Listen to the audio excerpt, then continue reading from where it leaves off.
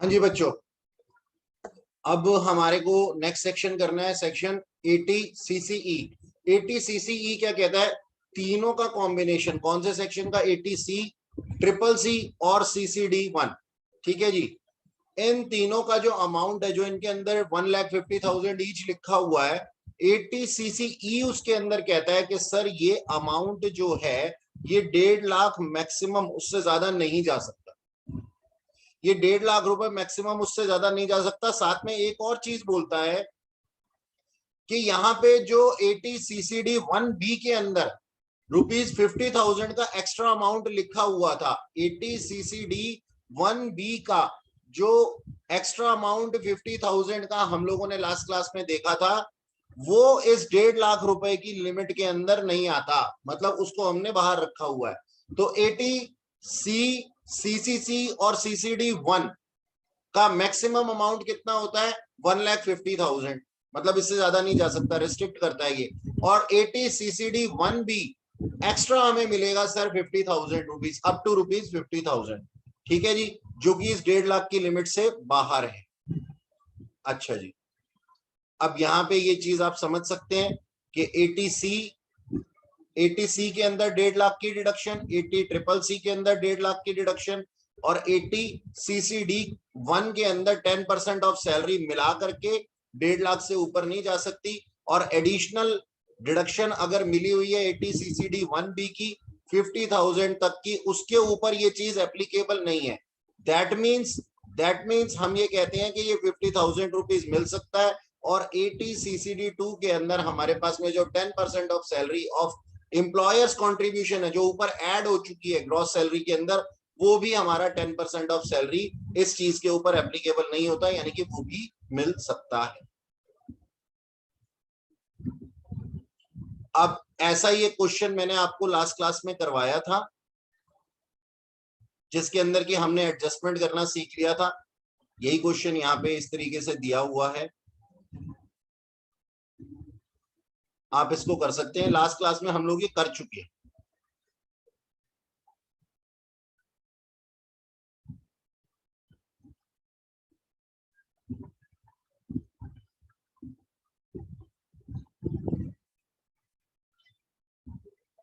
ये क्वेश्चन देखिएगा, gross total income of mister x कितनी थी सर? 1920 के अंदर 5 लाख थी, और उन्होंने ये इन्वेस्टमेंट किया, कंट्रीब्यूशन किया पीपीएफ के अंदर 1,50,000 से कम है, 80 की डिडक्शन मिल जाएगी।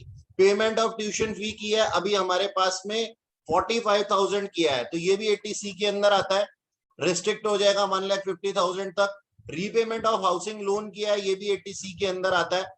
और contribution towards annual pension fund LIC के साथ हमने किया है, ये हमारे पास में आता है। और अब यहाँ पे क्या नाम है, जो अमाउंट दिए हुए हैं 1, 2 और 3, तीनों को मिलाकर के 1,80,000 तक जा रहा है, लेकिन एटीसी हमें रिस्ट्रिक्ट कर देता है कितने के लिए? 1.5 लाख रुपए के लिए। 1,50,000 से ज्यादा हम नहीं जा सकते। ठीक है जी। अब 80 ट्रिपल सी के अंदर, 80 ट्रिपल सी के अंदर उन्होंने कंट्रीब्यूशन दिया है कितना? एलआईसी के अंदर जो पेंशन पॉलिसी उन्होंने खरीदी थी उसमें था 1,05,000। तो अब मैं 1,05,000 को भी इलिजिबल कर देता हूं, इलिजिबल कर देता हूं। ठीक है, अब आप देखिएगा ये अमाउंट, अब ये अमाउंट बहुत ज्यादा हो गया। 1,50,000 दिया हुआ था 80 के अंदर, और 80 ट्रिपल सी के अंदर 1,05,000 अलग से हो गया, तो ये अमाउंट बहुत ज्यादा हो गया। अब सेक्शन 80 सीसीई पिक्चर में आ जाता है, जो कि इसको रिस्ट्रिक्ट कर देता है इन दोनों अमाउंट को कितने तक? 1.5 लाख रुपए तक। यानी कि अगर ऊपर ही हमारी एग्जम्पशन की लिमिट लैप्स हो चुकी है 80 सी के अंदर, तो आगे के बारे में हमें सोचना ही नहीं है, हम सोच ही नहीं सकते, क्योंकि आगे जाकर के हमें सेक्शन मिलेगा 80 सीसीई, जो कि तीनों सेक्शंस को मिलाकर के रिस्ट्रिक्ट कर देगा। और एक बार फिर से याद दिला दूं, 80 सीसीडी 1 बी का जो डिडक्शन है 50,000, वो इस रूल से बाहर है, यानी कि वो एक्स्ट्रा मिल सकता है। ठीक है सर। नेक्स्ट है हमारे पास में 80 सीसीजी। 80 सीसीजी हमारी लिस्ट के अंदर नहीं है सर। इसके बाद 80D है, 80D है, इसका काम खत्म हो चुका है। इसको एक काटा लगा दो सर, इसको एक काटा लगा दो, इसका काम खत्म हो चुका है।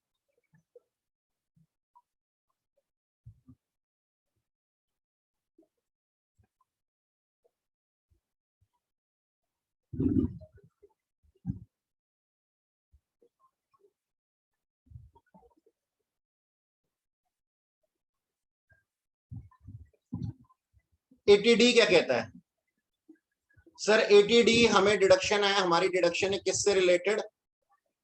इन respect of mediclaim insurance premium. मतलब पहले हम क्या कर रहे थे? LIC प्रीमियम करवा रहे थे, ठीक है जी, पेंशन प्लान्स ले रहे थे, हमने लिया एम्प्लॉयर के साथ और LIC के साथ, दोनों के साथ। लेकिन अब हमारे पास में यहाँ पे क्या है? अब यहाँ पे सर मेडिक्लेम इंश्योरेंस प्रीमियम हम पे कर रहे हैं। यानी कि इस क्वेश्चन, इस डिडक्शन के अंदर कहा गया है कि अगर कोई पर्सन है और वो मेडिक्लेम इंश्योरेंस प्रीमियम पे करता है प्लस प्रिवेंटिव हेल्थ चेकअप भी करवाता है, तो सब्जेक्ट टू कंडीशन के वो ये अमाउंट कैश में पे करे, डिडक्शन क्लेम कर सकता है 80D के अंदर। 80D के अंदर डिडक्शन कब मिलेगी? जब वो कैश में ना पे करे, सॉरी मेरे मुंह से निकल गया, कैश में पे करे, अदर देन कैश, यानी कि कैश में पे नहीं करेगा, कैश में नहीं पे करेगा तभी 80D की डिडक्शन उसको मिलेगी। लेकिन ये मेडिक्लेम इंश्योरेंस प्रीमियम के लिए है। अगर वो इंसान प्रिवेंटिव हेल्थ चेकअप करवाता है अप टू 5,000 रुपीज, इसकी लिमिट कितनी है? 5,000 रुपीज, तो वो इसको कैश में पे कर सकता है। यानी कि दो चीजें हो गई ना हमारे पास में, दो चीजें क्या हो गई? एक तो सर मेडिक्लेम इंश्योरेंस प्रीमियम और एक preventive health checkup. Preventive health checkup का मतलब आप समझते होंगे कि अभी बीमार हुआ नहीं है वो, लेकिन प्रिकॉशंस के लिए वो हेल्थ चेकअप्स करा रहा है।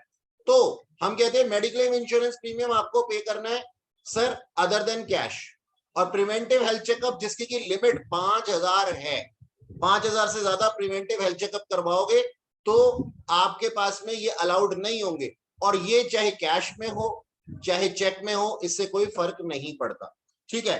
अब ये मेडिक्लेम इंश्योरेंस प्रीमियम किसके लिए पे किए जा सकते हैं और कौन पे कर सकता है? सबसे पहले तो ये पे कर सकता है सर कोई भी इंडिविजुअल या HUF। इस डिडक्शन के लिए एलिजिबल पर्सन कौन है? इंडिविजुअल या HUF। दूसरा यहां पे लिखा हुआ है any mode other than cash, लेकिन प्रिवेंटिव हेल्थ चेकअप के लिए कैश अलाउड है, यानी कि उसके अंदर कोई दिक्कत नहीं है। नेक्स्ट हम कहते हैं अब ये हमारे को डिडक्शन जो मिलेगी ये मैक्सिमम कितनी मिलेगी और किस किस पर्सन के नाम पे मिलेगी, किस किस पर्सन के नाम पे मिलेगी? सबसे पहला मैं उठाता हूं सर किसको? अपने इंडिविजुअल को। इंडिविजुअल किसके लिए ये प्रीमियम पे कर सकता है सर? अपनी फैमिली के लिए। फैमिली का मतलब क्या होता है sir? Himself, spouse and children, ठीक है। अपने पेरेंट्स के लिए। सर पेरेंट्स क्या फैमिली का पार्ट नहीं होते? सर इस चीज को ध्यान से समझ लीजिए, पेरेंट्स की फैमिली का पार्ट मैं हूं, पेरेंट्स की फैमिली का पार्ट मैं हूं। अगर आपने चिल्ड्रन को ऑलरेडी क्लेम कर लिया है, ऑलरेडी एक चीज को, चिल्ड्रन को हम लोगों ने कवर कर लिया है किसी भी डेफिनेशन के अंदर, और हम साथ में पेरेंट्स को भी इन्वॉल्व करने लग जाएं तो डबल बेनिफिट मिल जाएगा। डबल बेनिफिट कैसे मिल जाएगा? सोच करके देखिएगा। अगर मेरे पापा ने मेरे लिए कोई मेडिक्लेम इंश्योरेंस पॉलिसी ली है तो वो अपनी ग्रॉस टोटल इनकम में से इसको एडजस्ट कर सकते हैं। अब वो मेरे लिए भी है, अब वो पॉलिसी मेरे लिए भी है, तो मैं भी यहाँ पे क्या नाम है क्लेम कर लूंगा, तो ये डबल बेनिफिट ना मिले। हमने क्या बोला? हमने बोला फैमिली। फैमिली का मतलब क्या? मैं, मेरी बीवी और मेरे बच्चे, जबकि पेरेंट्स अलग से। पेरेंट्स अलग से। एक और कारण है पेरेंट्स को अलग लेने का, एक और कारण है कि इसकी जो लिमिट है वो अलग है, क्योंकि पेरेंट्स के अंदर ज्यादातर दिखाई देते हैं सर हमारे पास में सीनियर सिटीजन, लेकिन जरूरी नहीं है, जरूरी नहीं है कि पेरेंट्स के अंदर सीनियर सिटीजन हो ही हो। अब आप कमाते हैं सर, आपने अपनी ग्रॉस टोटल इनकम में से कोई मेडिक्लेम इंश्योरेंस प्रीमियम पे कर दिया, आपके फादर की उम्र 58 ईयर्स है, जरूरी नहीं है फादर का मतलब सीनियर सिटीजन होगा ही होगा।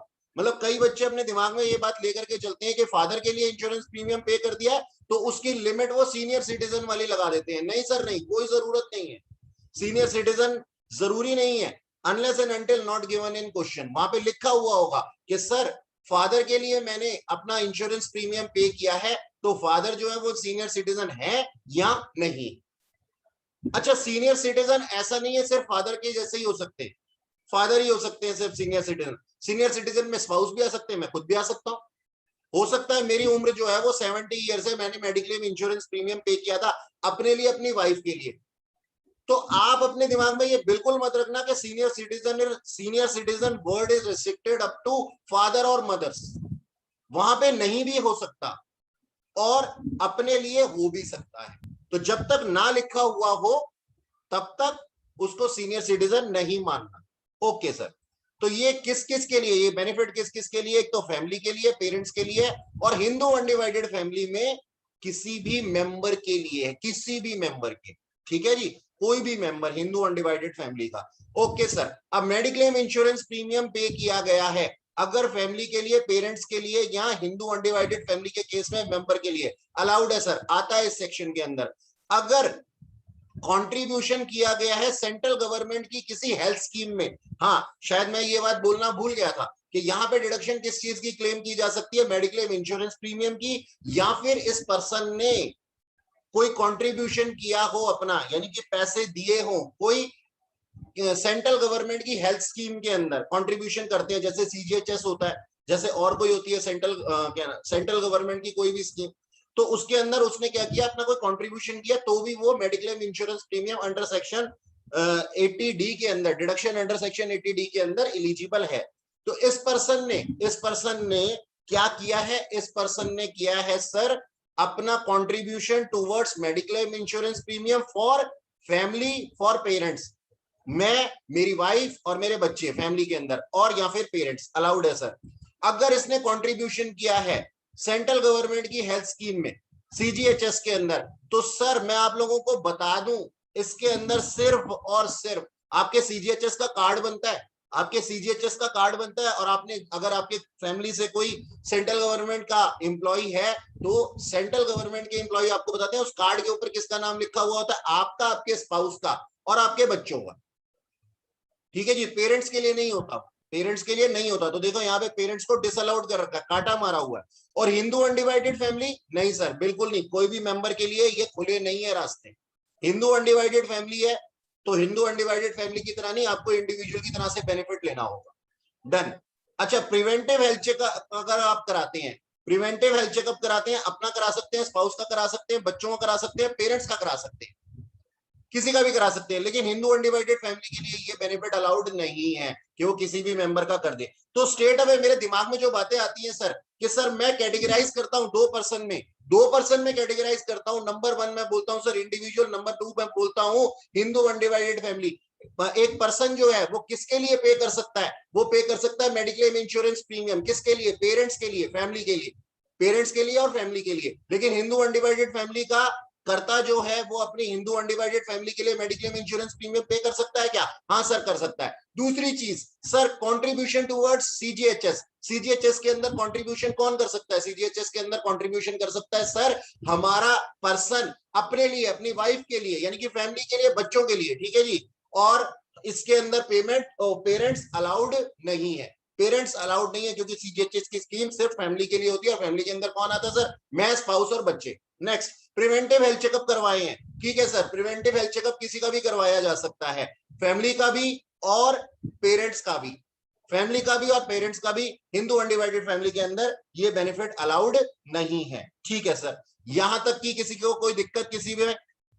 अब सर क्या चीज पे की जा रही थी ये हमें पता लगी, किसके लिए पे की जा रही थी ये हमें पता लगी। पता करनी है अब लिमिट, पता करनी है अब लिमिट। लिमिट क्या है सर? सीधा सर लिमिट है सर, 2 लिमिट्स है हमारे पास में, 25,000 ईच, और सीनियर सिटीजन के केस में ये लिमिट 25,000 एक्स्ट्रा हो सकती है, ठीक है जी। ओ सॉरी, 50,000 रुपए तक जा सकती है। देखिए अब इस चीज को समझते हैं, ए, बी और सी के लिए हमारे पास में लिमिट कितनी है, मतलब इन तीनों की लिमिट हमारे पास में कितनी है सर?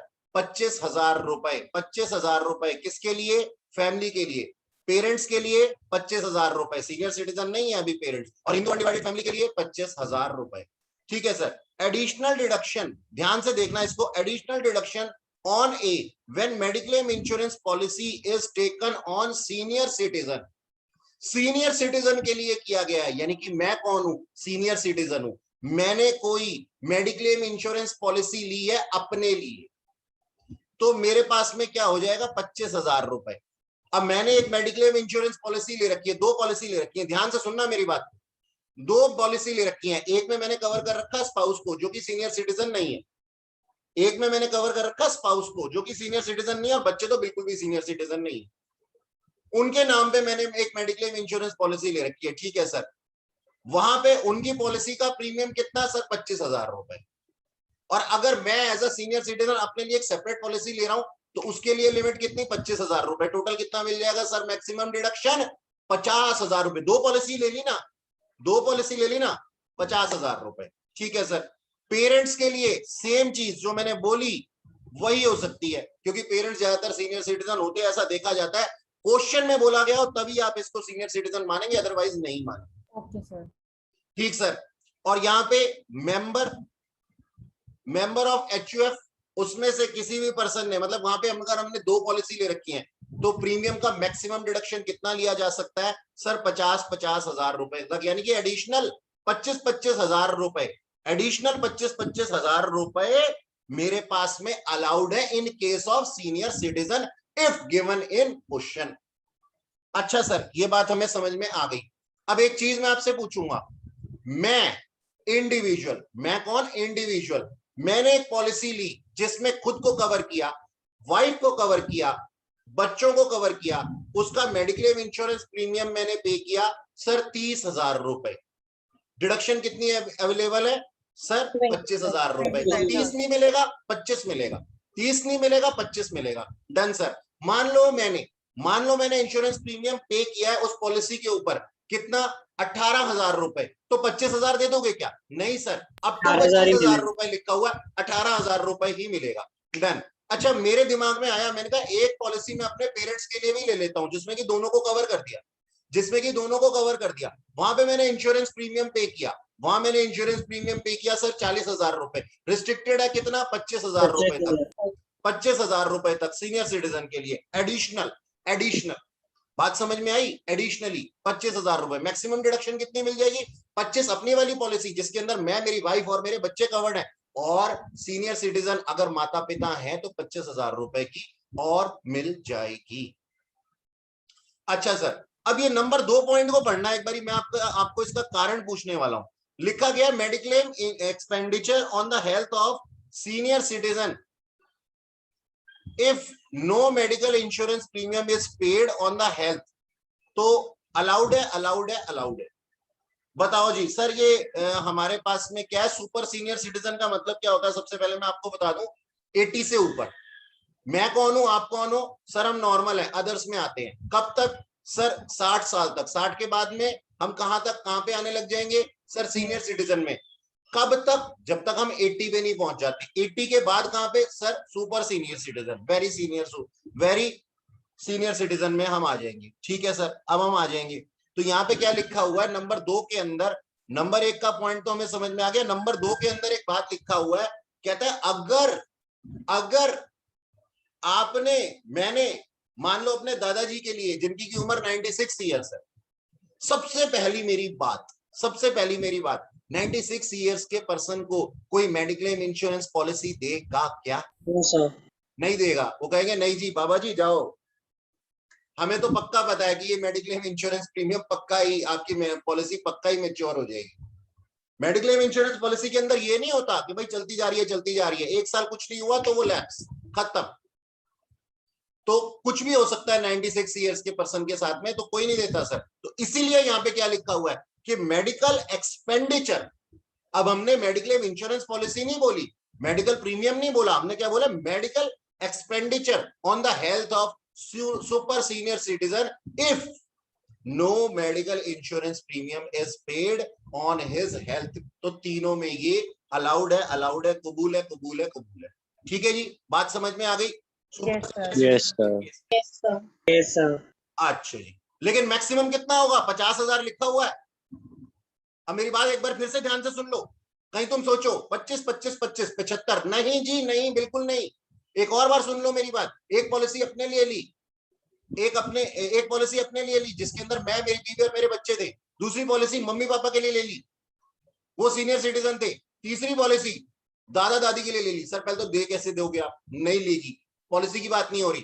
दादा दादी के लिए मैंने ले ली, क्या ले लिया सर? दादा दादी के लिए मैंने मेडिकल इंश्योरेंस प्रीमियम पे किया, सॉरी फिर से मेडिक्लेम इंश्योरेंस प्रीमियम कह रहा हूं, मैंने मेडिकल एक्सपेंडिचर किया उनकी हेल्थ के ऊपर पूरे साल में। तो सर मेरे पास में बेनिफिट अवेलेबल था, लेकिन मैक्सिमम कितने तक? 50,000 तक। दो पॉलिसी के प्रीमियम में अगर मेरा 50,000 रुपए एग्जॉस्ट हो चुका है तो फिर बात खत्म हो जाएगी, फिर बात खत्म हो जाएगी, फिर कुछ नहीं मिलेगा। अच्छा सर, सर दादा दादी तो इसमें आएंगे ही नहीं। क्या क्या क्या? दादा और दादी तो इसमें आएंगे नहीं, वो पेरेंट्स में नहीं, फैमिली में भी हाँ नहीं यार, आते। ये भी बात सही है, वो पेरेंट्स के साथ में नहीं आते, वो पेरेंट्स में नहीं आते, बिल्कुल सही बात है। अच्छा मान लो मम्मी पापा ही हैं, मम्मी पापा ही हैं, वो वेरी सीनियर सिटीजन है, बिल्कुल सही कह रहे हैं, कह रहे हैं कि दादा दादी तो इसके अंदर आएंगे नहीं, आपने अपने एग्जांपल के अंदर दादा दादी को गलत ले लिया। ठीक है, बिल्कुल सही बात है। अच्छा जी, नीचे एक बात और लिखी हुई है, देखना जरा, नीचे एक बात और लिखी हुई है, maximum deduction for health checkup. हाँ ये मैं बता चुका हूं, 5,000 तक इसकी लिमिट है। फैमिली का मतलब है जी मैं, मेरी बीवी, मेरे बच्चे जो कि डिपेंडेंट है। पेरेंट्स का मतलब है फादर मदर, डिपेंडेंट हो या इंडिपेंडेंट हो। और यहाँ पे देखो क्रॉस लगा हुआ है, ये hello hello hello hello hello hello, क्या आप मेरी आवाज सुन पा रहे हैं? Yes, क्या आपसे sir. बात करने का सर ये सही समय है? यहाँ Yes, देखो sir. फादर इन लॉ और मदर इन लॉ के अंदर क्या लिखा हुआ है सर? क्रॉस लगा हुआ है। पेरेंट्स मीन्स, अच्छा एक बच्चा और चमत्कारी बाबा पता क्या कहता है? अच्छा सर तो फिर आप ऐसे लिख दो ना, parent means biological father mother. नहीं सर, मैंने ये नहीं कहा, मैंने ये नहीं कहा।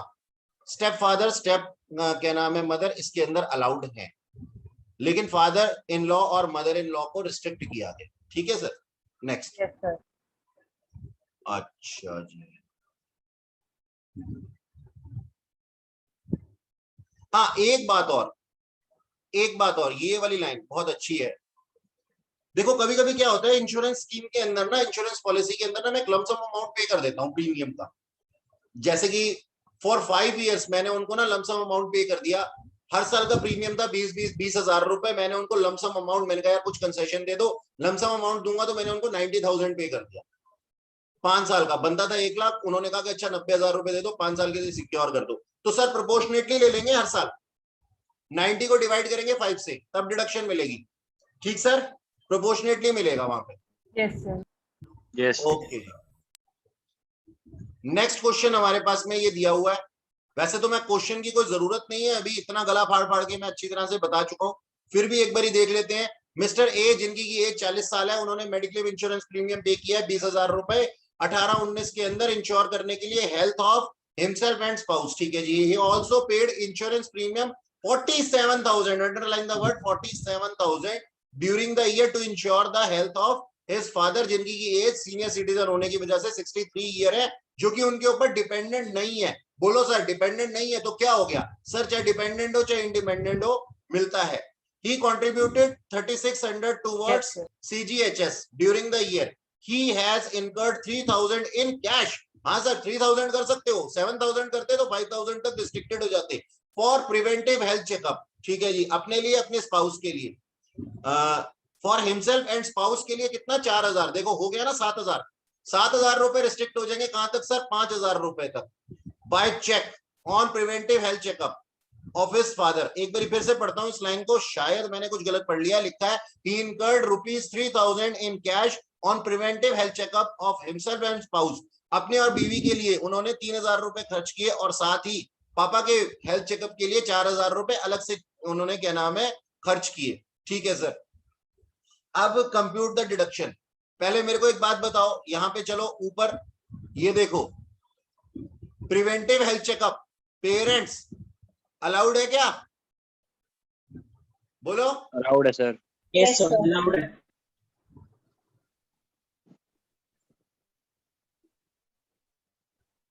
ये तुम्हारे साथ में स्क्रीन शेयर हो रही है? Yes, sir. Yes, sir. Yes, sir. हाँ, अरे मैंने गलत जगह लगा दिया। प्रिवेंटिव हेल्थ चेकअप अलाउड है क्या? हाँ Yes, sir, sir. Allowed. Allowed Yes, है। सीजीएचएस अलाउड नहीं। अच्छा, तो कितना टोटल खर्चा किया? टोटल खर्चा कितना किया सर? 7,000 रुपए खर्चा किया, लेकिन मैक्सिमम कितना हो सकता था सर? 5,000 रुपए हो सकता था। आंसर देखो, आंसर में कोई दिक्कत है तो मेरे को बताओ।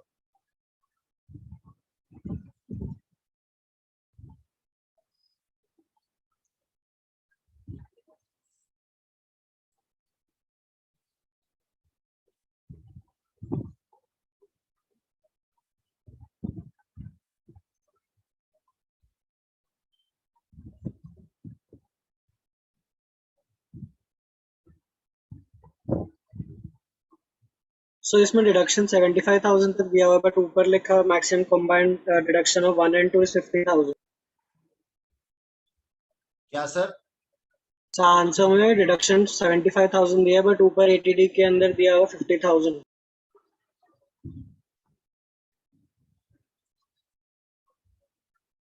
एक सेकेंड, आप क्या पूछ रहे हो? जो थर्ड मैक्सिमम पॉइंट लिखा डिडक्शन हुआ है 1 और 2 के लिए 50,000 है, 50,000 ही दिया जाएगा। नीचे आंसर में आपने 75,000 तक दिया हुआ डिडक्शन।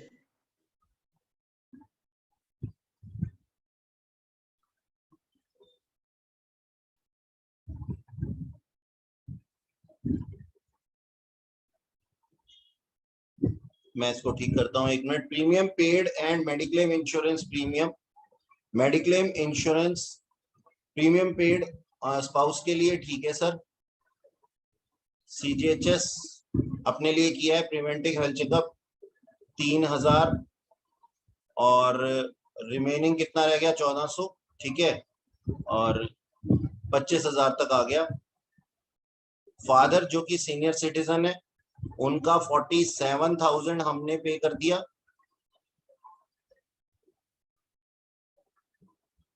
ये यहां गलती हुई है,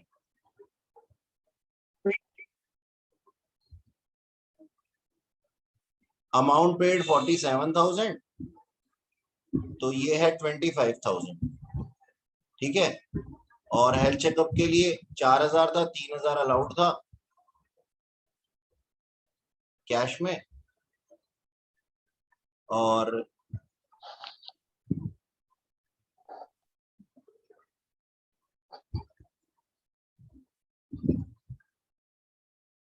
मैक्सिमम अमाउंट हमारे पास में 25,000 था। बेटा इसको मैं ठीक करूंगा पूरे को, और इसको मैं ठीक करके फिर आपको लिखवा दूंगा। मैं इसका व्हाट्सएप सेंड कर दूंगा आपको इसको ठीक करके, ठीक है। Okay sir. वैसे आपको डिडक्शन तो समझ में आ गई?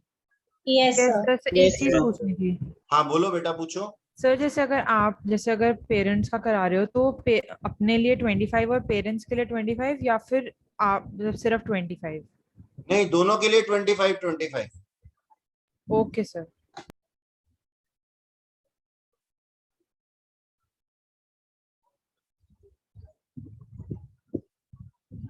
हाँ जी, नेक्स्ट देखिएगा, उसके अंदर भी कुछ शायद ऐसा ही है, मैं इसको ठीक करके आपको भेज दूंगा, व्हाट्सएप कर दूंगा, ठीक है। अच्छा देखिएगा, नेक्स्ट हमारे पास deduction for maintenance mediclaim treatment for dependent disable. अब ये डिडक्शन क्या कह रही है और इसके आगे वाली क्या कहेगी? ये दोनों एक जैसी दिखती हैं, लेकिन सिर्फ फर्क इतना है कि यहाँ पे जो पर्सन है ना वो डिसेबल है। ध्यान से सुनना मेरी बात को, एक कहानी की तरीके से। हम ये कहते हैं एक पर्सन है, एक मिस्टर एक्स है, उनके ऊपर एक पर्सन डिसेबल है, वो डिपेंडेंट है। लेट्स से उनका कोई, उनके फादर डिपेंडेंट है उनके ऊपर, और वो डिसेबल भी है। उस डिसेबल पर्सन की ट्रीटमेंट के लिए, रिहेबिलिटेशन के लिए, ठीक है, कोई खर्चा किया जा रहा है। बात समझ में आई? डिडक्शन किस चीज के ऊपर है कि एक पर्सन है, उसके ऊपर डिसेबल डिपेंडेंट पर्सन है, और उसके ऊपर खर्चा किया जा रहा है। कितना खर्चा किया जा रहा है उसको हम बाद में देखेंगे, पहले उस खर्चे के ऊपर डिडक्शन हमारे को मिलेगी। किस चीज के ऊपर खर्चा किया जा रहा है? उसकी मेडिकल ट्रीटमेंट के ऊपर, उसकी रिहेबिलिटेशन के ऊपर, कोई नर्सिंग का खर्चा है उसका, या फिर कोई भी ट्रीटमेंट है, कोई भी ट्रीटमेंट है। देखो यहाँ पे एक चीज लिखी हुई है, इंक्लूडिंग नर्सिंग, ठीक है जी। तो कोई भी खर्चा अगर उसके ऊपर किया जा रहा है तो उसके लिए डिडक्शन क्लेम की जा सकती है। नंबर 1, एक तो खर्चा किया जा रहा है, या फिर एक अप्रूव्ड स्कीम के अंदर उस डिसेबल डिपेंडेंट पर्सन के लिए पैसा डाला जा रहा है। बात समझ में आई? एक मैंने क्या नाम है गुल्लक बना दी, उसके अंदर क्या पैसा डाला जा रहा है। ठीक है, तो दो चीजें हैं, देखो यहां पे लिखा हुआ है, एक तो एक्सपेंडिचर किया जा रहा है और दूसरा अमाउंट कंट्रीब्यूट किया जा रहा है उसके मेंटेनेंस के लिए। यानी कि वो पर्सन सोच रहा है कि अगर मैं ना रहूं तो ये डिसेबल डिपेंडेंट पर्सन का क्या होगा, इसके फ्यूचर को सोच करके कुछ अमाउंट कंट्रीब्यूट किए जा रहे हैं एक स्कीम के अंदर। इसकी डिडक्शन हम ले सकते हैं, इसकी डिडक्शन क्लेम की जा सकती है अंडर सेक्शन 80D। डन। अब डिडक्शन कितनी क्लेम की जा सकती है? डिडक्शन कितनी क्लेम की जा सकती है सर? 75,000 या फिर 1,25,000 in case of severe disability. Sir सबसे पहले तो डिसेबल पर्सन डिसेबल है, ये डिफाइन कौन करेगा? ये डिफाइन करेंगे सर मेडिकल प्रैक्टिशनर, यानी कि गवर्नमेंट हॉस्पिटल के डॉक्टर सर्टिफिकेट देते हैं, सर्टिफाइड सर्टिफिकेट मिलता है। ऐसा नहीं है कि आपने डिडक्शन क्लेम करने के लिए कुछ भी अमाउंट डाल दिया और हो गया, नहीं सर। ठीक है जी, अच्छा यहां तक की बात में किसी को कोई दिक्कत नहीं है। 75 और अगर सीवियरली डिसेबिलिटी है, सीवियर डिसेबिलिटी है तो वहां पे 1,25,000 तक डिडक्शन की जा सकती है। देखो अब जो मेरी बात सुनो, मैंने बोला नहीं यहां पे, मैंने यहां पे अमाउंट दिए मैं 75,000 या 125 irrespective of the actual expenditure. बात समझ में आई कि एक पर्सन है, उसके ऊपर डिसेबल डिपेंडेंट पर्सन के लिए उसने कुछ खर्चे किए 30,000, वो डिडक्शन कितने क्लेम कर सकता है? 75,000। बिल्कुल सही सुना है आपने, बिल्कुल सही सुना है आपने।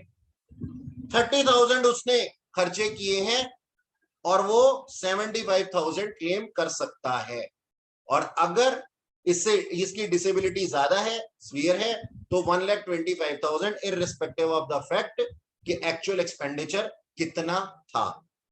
ठीक है, अब मीनिंग ऑफ डिपेंडेंट यहां पे लिखा हुआ है, इंडिविजुअल के लिए कौन है? स्पाउस है, चिल्ड्रन है, पेरेंट्स है, ब्रदर सिस्टर्स ऑफ इंडिविजुअल। देखो यहां पे पेरेंट्स के अंदर father in law mother in law नहीं लिखा हुआ, पेरेंट्स मींस पापा और mummy, father and mother. Brother and sisters को इंक्लूड किया गया है, नेफ्यूज को या नीस को इंक्लूड नहीं किया गया, ध्यान रखना इस चीज का। अच्छा sir, in case of Hindu undivided family any family member. ठीक है, अब एक बात सुनो मेरी कि हम ये कहते हैं कि मान लो किसी ईयर में कुछ ऐसा होता है कि जो कंट्रीब्यूशन करने वाला पर्सन है, मैंने बोला ना दो तरीके से डिडक्शन मिल सकती है, एक तो या तो वो खर्च कर दे या फिर वो क्या कर दे, कंट्रीब्यूट करता रहे एक स्पेसिफिक स्कीम के अंदर। अगर उस पर्सन की मृत्यु हो जाती है, एक्सपायर हो जाता है, किससे पहले एक्सपायर हो जाता है, सॉरी हमारे पास में हमने क्या कहा, डिसेबल पर्सन जो है वो एक्सपायर हो जाता है, डिसेबल पर्सन एक्सपायर हो जाता है, कंट्रीब्यूशन करने वाला नहीं, डिसेबल पर्सन एक्सपायर हो जाता है। तो सोच करके देखो, वो जो कंट्रीब्यूटेड अमाउंट था वो वेस्ट हो गया ना। बनाया क्यों गया था वो कंट्रीब्यूटेड अमाउंट क्यों बनाया गया था? गुल्लक में पैसा क्यों डाल रहे थे?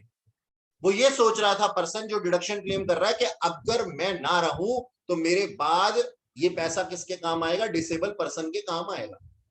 लेकिन वो डिसेबल पर्सन एक्सपायर हो गया। अब क्या ये गुल्लक वेस्ट नहीं हो गई? तो रूल्स कहते हैं कि सर ये जो गुल्लक के अंदर पैसा था, स्पेसिफिक अमाउंट के अंदर पैसा था, ये क्या हो जाएगा? ये वेस्ट मान लिया जाएगा और इनकम मान लिया जाएगा, क्योंकि वो इनकम के पार्ट से ही डिडक्शन ले लेकर के उसके अंदर डोनेशन डाल रहा था ना। तो जितना भी अमाउंट सो कंट्रीब्यूटेड, जितना भी था, that shall treated as income in the year in which disable dependent die. ठीक है जी, तो हम ये कहते हैं कि हमारे पास में वो अमाउंट ग्रॉस टोटल इनकम का पार्ट मान लिया जाएगा। नंबर 1, क्या पूरा का पूरा अमाउंट नहीं, यहां पे भी बोला हुआ है कि क्रिमिनेशन के खर्चे जितने होते हैं उसमें से माइनस कर दिए जाएंगे और रिमेनिंग अमाउंट को इनकम मान लिया जाएगा। किस पर्सन की? जो पर्सन कंट्रीब्यूट कर रहा था, जो डिडक्शन क्लेम कर रहा था। ठीक सर, अब यहाँ पे स्फीयर डिसेबिलिटी को हमने डिफाइन किया है किसमें? हमने बोला सर अगर 80% से ऊपर की डिसेबिलिटी है तो उसको हम स्फीयर डिसेबिलिटी मानते हैं। देखो ये पॉइंट जो मैंने आपको बताया ये यहाँ पे लिखा हुआ है, if dependent disable dies before SSC, amount deposited is deemed to be treated as income in the previous year of receipt. Done? पूरे Sir, सेक्शन के इसमें अंदर जो किसी ने कुछ deduction- पूछना है क्या? जी जनाब पूछिए। सर अगर हमने 30,000 सपोज इस पे खर्च किया है और ईयर खत्म होने से पहले वो एक्सपायर हो जाता है डिसेबल पर्सन, तो हमने जो 75 का डिडक्शन लिया है वो वापस होगा या उतना ही नहीं, मिलेगा? डिडक्शन ले ही नहीं पाएंगे ना सर आप। आपने देखो वर्ड क्या यूज किए, आपने वर्ड यूज किए कि मैं, सॉरी पहले तो मैं वर्ड या फिर हम वर्ड तो बोलना ही नहीं है, एक पर्सन है इस डिडक्शन के साथ में मैं खास ख्याल रखता हूं, हम या मैं वर्ड तो यूज ही नहीं करना सर, ठीक है, आप भी मत करो। तो क्या मैं कह रहा था, उस पर्सन ने क्या बोला, उस पर्सन ने अमाउंट कंट्रीब्यूट किए। अब डिडक्शन कब लेगा वो डिडक्शन कब लेगा? ईयर एंड पे लेगा। उससे पहले ही जो है वो डिसेबल डिपेंडेंट एक्सपायर हो गया है, तो सर इस चीज की इंफॉर्मेशन देनी पड़ेगी ना डिपार्टमेंट को, बल्कि आज से पहले का भी जितना उसका कंट्रीब्यूशन था that shall also treated as income, उसकी डिडक्शन मिलेगी ही नहीं, तो वापस होने की क्या मतलब है? बात समझ में आई? Okay sir. हाँ जी, और कोई? सर हाँ जी सर। सर एक डिसेबल्ड पर्सन इंडिपेंडेंट हो सकता है? बिल्कुल हो सकता है सर। आप उनको नहीं जानते क्या? मेरा नाम भूल गया मैं, अरे स्टीफन जिन्होंने हॉकिंस। स्टीफन हॉकिंस, हाँ स्टीफन हॉकिंस क्यों नहीं हो सकता इंडिपेंडेंट? क्या वो तो लाखों को कमा के खिला दे, डिसेबल पर्सन। और आप एज्यूम करो कोई ऐसा लाला जी है जो कि डिसेबल है और उसने उसके नाम पे हाउस प्रॉपर्टीज है, तो वो तो इंडिपेंडेंट है। Independent bye way of finance कहते हैं हम, इन टर्म्स ऑफ मनी। हम यहाँ पे शोले के ठाकुर की बात नहीं कर रहे। और बोलो जी।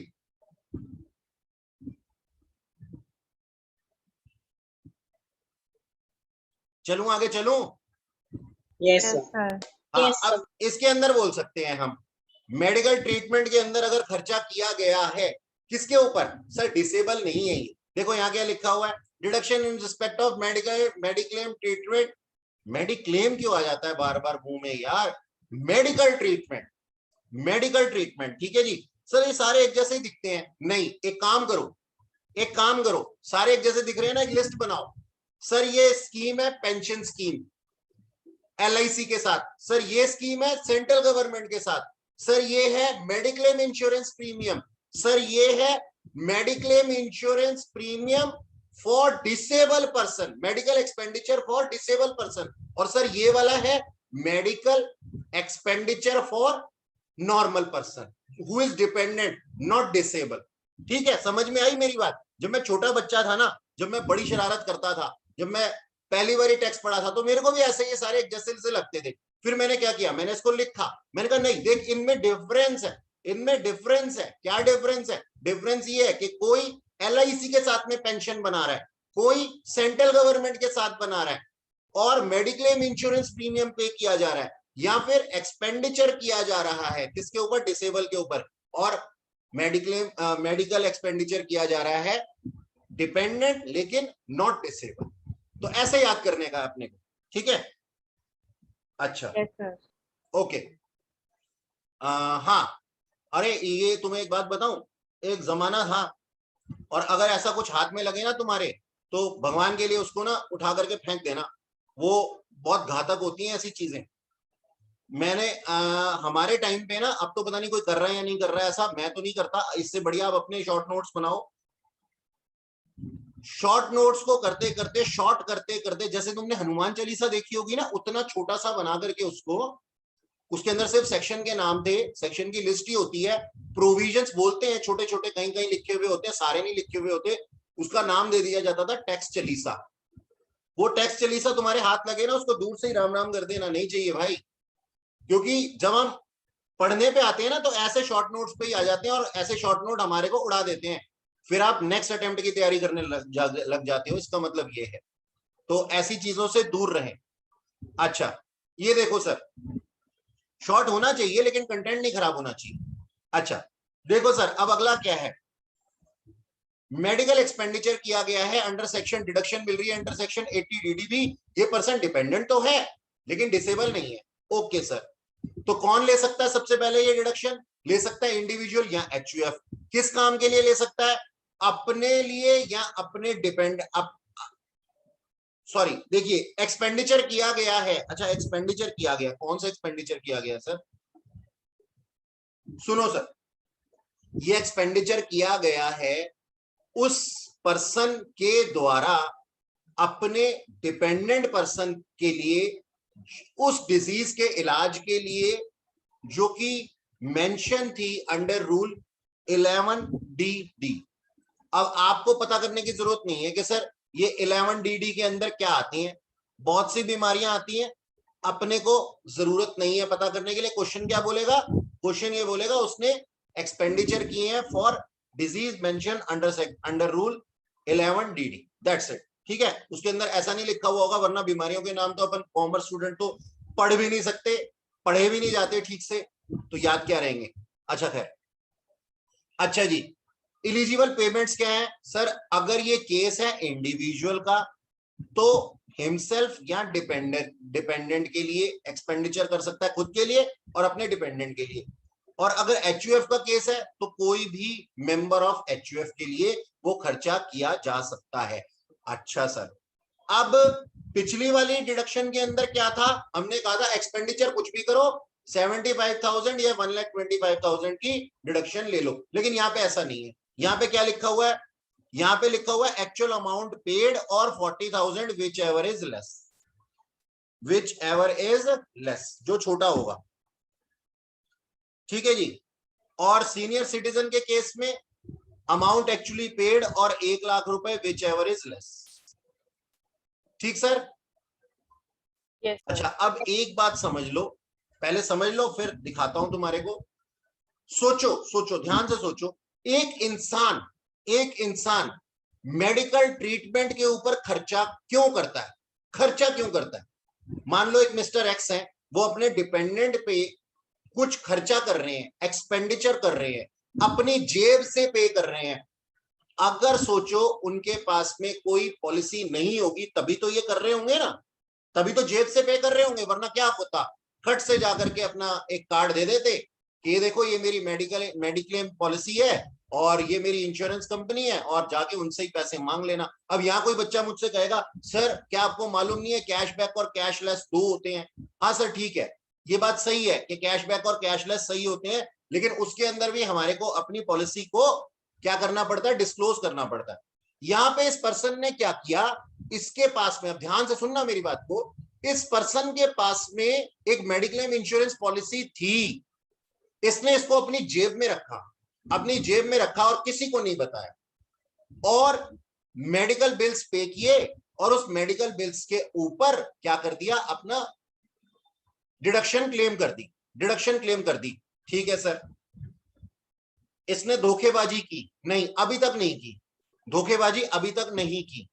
लेकिन इसने धोखेबाजी पता है कब की? साइमल्टेनियसली उसने वो पेपर्स उठा करके अपनी इंश्योरेंस कंपनी को लगा दिए कि देखो जी मैंने इतना खर्चा किया है, वहां पे मैंने पेमेंट किया है, आप मुझे अमाउंट जो है रिएम्बर्स करो। सोचो उसने 10 लाख रुपए खर्च किए थे, और उसने 10 लाख के 10 लाख, अच्छा 10 लाख के 10 लाख तो हो नहीं सकते, मान लो 10 लाख को छोड़ो क्योंकि मैक्सिमम लिमिट ही 1 लाख रुपए। सीनियर सिटीजन के केस में, सीनियर सिटीजन का केस ही ले लेता हूं। सोचो उसने मेडिकल एक्सपेंडिचर किए थे 90,000 और पूरे के पूरे उसने रिएम्बर्स करा लिए, यानी कि उसने एक्सपेंडिचर किए, हॉस्पिटल में बिल पे किया, घर पे आया, अपनी इंश्योरेंस पॉलिसी को भी बोल दिया कि लाओ 90,000 रुपए मुझे दे दो, और इंश्योरेंस कंपनी ने उसको कितने दिए? 90 नहीं दिए, 50 दिए। अब ये धोखा कितने का है? 50 का है या 90 का है? पहले मेरे को ये बताओ। 50 का है। 50 का है। तो सर 50,000 रुपए की जो डिडक्शन उसको एक साल में दी गई थी, अगर पता लग जाता है, कल तुम कहोगे सर बताएगा ही कौन, अच्छा वो तो बात की बात है, कौन बताएगा, कभी करने की कोशिश भी मत करना, ठीक है जी। तो क्योंकि मेडिकल इंश्योरेंस प्रीमियम से जो पैसा आता है ना वो डायरेक्टली आपके बैंक अकाउंट में आता है सर, पता लग जाएगा गवर्नमेंट को, कोई ये सोचे कि नहीं पता लगेगा, पता लग जाएगा। तो सर वो जो 50,000 रुपए है ना, 50,000 रुपए वो उसकी इनकम मान लिया जाएगा, वो उसकी इनकम मान लिया जाएगा। देखो अब पढ़ो इस नोट को, नीचे जो लिखा हुआ है, if any amount is received under insurance और रीएम्बर्समेंट बाय एम्प्लॉयर और मेडिक्लेम ट्रीटमेंट, यानी कि मैंने तो सिर्फ मेडिक्लेम ट्रीटमेंट की बात की, गवर्नमेंट अगर वो अपने क्या नाम है एम्प्लॉयर से कुछ अमाउंट रीएम्बर्स करा लेता है तो उसकी भी बात हो रही है। Receive amount shall be reduced from deduction allowed under this section. मतलब यहाँ पे तो हम बोनाफाइडली क्या कह रहे हैं कि इंसान अच्छा होगा, इसने रीएम्बर्समेंट करा लिया है तो डिडक्शन का अमाउंट लेस करके वो उसको करना चाहिए, लेकिन अगर उसने पूरा का पूरा कर लिया तो नेक्स्ट ईयर उसके साथ में क्या होगा, वो जो अमाउंट उसने रीएम्बर्स कराया था that shall be treated as income. ठीक है जी, ये बात समझ में आ गई? कोई शक तो नहीं है किसी को? No sir. ठीक है जी, आगे चलते हैं। सो इसमें डिपेंडेंट में कौन कौन आएगा? आवाज नहीं आई। डिपेंडेंट में कौन कौन आएगा? सर आप क्या पूछ रहे हैं? इंडिविजुअल में जो एक्सपेंडिचर फॉर हिमसेल्फ और डिपेंडेंट लिखा है उसमें डिपेंडेंट में कौन कौन आएगा? सर आपके डिपेंडेंट के अंदर आ जाते हैं, ये देखो एक सेकेंड, यही वाले, ये देखो, फॉर इंडिविजुअल ये सब, और HUF member of individual, member of HUF, ठीक है? Okay sir. अच्छा मेरे को अनुज की आवाज क्लियर नहीं आई, एक बार में मुझे ये बताना, मेरी आवाज तो क्लियर आती है ना आप लोगों को या नहीं आती? यस कोई सर। कोई दिक्कत तो नहीं है नेट के अंदर? No sir. नहीं सर। Done done done. अगला है सर, अगली डिडक्शन को समझ लेते हैं सर। ये डिडक्शन आपके पापा के लिए, ठीक है सर? आपके पापा ने आपको पढ़ाने के लिए एजुकेशन लोन लिया, ठीक, और उसके ऊपर इंटरेस्ट पे किया। इंटरेस्ट की डिडक्शन मिल सकती है उनको अंडर सेक्शन 80E। सबसे पहले आपके पापा ने, आपके पापा क्यों बोला? क्योंकि आप सब लोग क्या कर रहे हैं जी, सीए कर रहे हैं। तो मैंने यहाँ पे क्या लिखा हुआ है, देखो ऊपर हेडिंग में क्या लिखा हुआ है, interest paid on loan for higher education. Sir अगर 10th में पढ़ रहे होते तो पापा ने एजुकेशन लोन ले लिया तो नहीं सर, ये हायर एजुकेशन नहीं सर, बीए। अच्छा एक क्वेश्चन के अंदर आ जाएगा ये चीज वैसे तो, लेकिन मैं बता दूं, मैं जब कहता हूं कि हायर एजुकेशन के लिए लोन लिया गया है, हायर एजुकेशन के लिए लोन लिया गया है, तो सर ये भी तो बताओ कि किस किसके लिए लिया गया है और कौन इसको ले सकता है, ये किसके लिए एलिजिबल है? सबसे पहले तो सर ये इंडिविजुअल के लिए एलिजिबल है डिडक्शन, सॉरी इंडिविजुअल इस डिडक्शन के लिए एलिजिबल है, ठीक है? अच्छा लोन कहां से लिया जाना चाहिए? बैंक से लिए जाना चाहिए, फाइनेंशियल इंस्टीट्यूशन से लेना चाहिए, या फिर अप्रूव्ड चैरिटेबल इंस्टीट्यूशन से लेना चाहिए, ठीक है जी? नॉन बैंकिंग फाइनेंशियल कंपनी भी हो सकती है, ठीक है जी? हमने लोन ले लिया किसी से भी, ऐसा नहीं चलेगा, इनसे ही लेना है। ओके सर, अब पर्पस ऑफ लोन क्या है? हायर एजुकेशन करवा रहे हैं। अच्छा किसकी हायर एजुकेशन करवा रहे हैं? खुद अपनी, स्पाउस की या बच्चों की, या फिर student for home SSC is a legal guardian, ठीक है? बात समझ में आई? ओके अच्छा जी, तो अपने लिए, अपनी स्पाउस के लिए, मतलब ऐसा नहीं सोचना पापा मम्मी के लिए भी ले सकते हैं, हायर एजुकेशन होनी चाहिए बस। मैं फ्रेंड के लिए ले सकता हूं क्या? No sir. सर ले लो, लेना है तो डिडक्शन नहीं मिलेगी। अच्छा जी, अब हम क्या कहते हैं, अब हम क्या कहते हैं, हायर एजुकेशन का मतलब क्या है? हायर एजुकेशन का मतलब है कोर्सेज आफ्टर 12th और इक्विवेलेंट, 12वीं के बाद के लिए गए, ठीक है जी? सारे के सारे कोर्सेज जो होते हैं वो होते हैं। अच्छा सर ये पार्ट टाइम हो चाहे फुल टाइम हो? हाँ दोनों चलेगा, पार्ट टाइम भी चलेगा, फुल टाइम भी चलेगा, ठीक सर। अब क्या ये लोन अगर हम रीपे ना करें तो हर साल इंटरेस्ट का अमाउंट मिलता रहेगा डिडक्शन के वे में? इंटरेस्ट पे कर रहे हैं वहां डिडक्शन ले रहे हैं, इंटरेस्ट पे कर रहे हैं वहां डिडक्शन ले रहे हैं, हाँ जी बिल्कुल चलता रहेगा, 8 साल से ज्यादा नहीं, 8 साल से ज्यादा नहीं। देखो नीचे क्या लिखा हुआ है, period of deduction, upper cap लगा दी अब की बार टाइम की। Deduction shall be allowed for 8 assessment year starting from the assessment year in which SSC start paying interest on loan. Start paying interest on loan, जिस साल से interest on loan सच में पे करना, याद है ये सच में पे करने वाली बात पीजीबीपी के अंदर सेक्शन 43B में पढ़ी थी हमने, ठीक है सर। तो जिस साल आप एक्चुअली पे करेंगे उस साल से स्टार्ट होगा, 8 साल तक मिलेगा, 8 साल के बाद में नहीं, 8 साल के बाद में नहीं मिलेगा। क्यों सर, ऐसा क्यों, 8 साल ही क्यों, ऐसा कौन सी एजुकेशन है सर 8 साल में आपकी डिग्री नहीं पूरी होकर के दे रही। तो उन्होंने 8 साल का टाइम दिया हुआ है कि 8 साल के अंदर जो लोन है वो क्या नाम है रीपे हो चुका होगा, क्योंकि बच्चा क्वालिफाई कर गया होगा, बच्चा या पर्सन जो भी है वो क्वालिफाई कर गया होगा और उसने कमाना शुरू कर दिया होगा। तो जब कमा रहा है तो अपना लोन रीपे कर भाई, ये रूल है इसके पीछे। ठीक सर, कोई दिक्कत तो नहीं है डिडक्शन के अंदर। आप देखो एक लड्डू सा क्वेश्चन है, यहाँ पे लोन लिया गया है, देख लेते हैं सर। लोन ए लिया है, for whose education loan was taken. B ने अपने लिए लिया है, एमबीए करने के लिए लिया है, ठीक है कोई बात नहीं। लोन का अमाउंट है 5 लाख, कोई दिक्कत नहीं है। एनुअल रीपेमेंट कितनी है, 1 लाख रुपए है। और इंटरेस्ट ऑन लोन कितना है, 20,000 रुपए। अलाउड है सर, अलाउड है, अपने लिए ले रहा है, कोई दिक्कत नहीं है। और ठीक है, ये कोई दिक्कत नहीं है इसके अंदर। और एमबीए के लिए लिया है, 10th पास कर रहा होता तो नहीं होता। सन ऑफ बी, ठीक है सर, अपने बेटे के लिए लिया है, बीएससी करवा रहा है, हाँ 12th से ऊपर होती है। 2 लाख का लोन लिया है, 40,000 रुपए की रीपेमेंट की है, 10,000 रुपए इंटरेस्ट किया है, हाँ सर इंटरेस्ट की डिडक्शन मिलेगी। ये भी अलाउड है, ये भी अलाउड है। चलो सर आगे चलते हैं। आगे क्या बोलता है, बोलता है डॉटर ऑफ बी, हाँ ले सकता है, बच्चों के लिए ले सकता है, लेकिन 10th लिखा है, नहीं सर अलाउड नहीं है, डिस अलाउड है। ये लोन भगा दो, आगे कुछ पढ़ना ही नहीं, ये लोन डिसअलाउड है सर, ये लोन डिसअलाउड है, ये नहीं लिया जा सकता। इसकी 18,000 रुपए की डिडक्शन नहीं ली जा सकती। अच्छा, लोन स्पाउस के लिए ले लिया उसने, 4th लोन स्पाउस के लिए ले लिया, बीए कर रही थी उसकी स्पाउस, ठीक है जी सर अलाउड है। 10 लाख का लिया, 2 लाख रुपए की रीपेमेंट है, और डिडक्शन कितने की ले सकता है सर, 40,000 रुपए की ले सकता है, 40,000 रुपए की इंटरेस्ट ऑन लोन की डिडक्शन ले सकता है, ठीक है सर। 5वां लोन ले लिया उसने, 5वां लोन ले लिया अपने फ्रेंड के लिए, बस यही खत्म हो गई कहानी। चल भाई चल, हटाओ इसको, नॉट अलाउड। तो कौन कौन से, 20 और प्लस 10 और प्लस 40, 70,000 रुपए वो डिडक्शन क्लेम कर सकता है। ये देखो, देन मैक्सिमम कितने सालों तक सर, 8 सालों, 8 साल तक। बस ये याद रखने का है। अच्छा सर, नेक्स्ट है, अब ये इंसान पता है क्या कर रहा है, ये इंसान बेचारा लोन ले चुका हायर एजुकेशन के लिए, वो वाला मिल गया। ये इंसान क्या कर रहा है, कहता है यार मेरे पास में ना मकान ही नहीं है, मकान नहीं है, मुझे एक मकान चाहिए। और ये मकान पता कौन सा मकान है, ये गरीबों का मकान है, ये डिडक्शन गरीबों की डिडक्शन है। सर क्यों कह रहे हो ऐसा, हाँ अभी समझ में आ जाएगा, अभी समझ में आ जाएगा। इस इंसान के पास, बेचारे के पास मकान नहीं है, ये मकान लेना चाहता है, ये रेजिडेंशियल हाउस प्रॉपर्टी लेना चाहता है, ये रेजिडेंशियल हाउस प्रॉपर्टी लेना चाहता है। और रेजिडेंशियल हाउस प्रॉपर्टी लेने के लिए इन भाई साहब ने कोई लोन अप्लाई कर दिया है, ठीक है सर।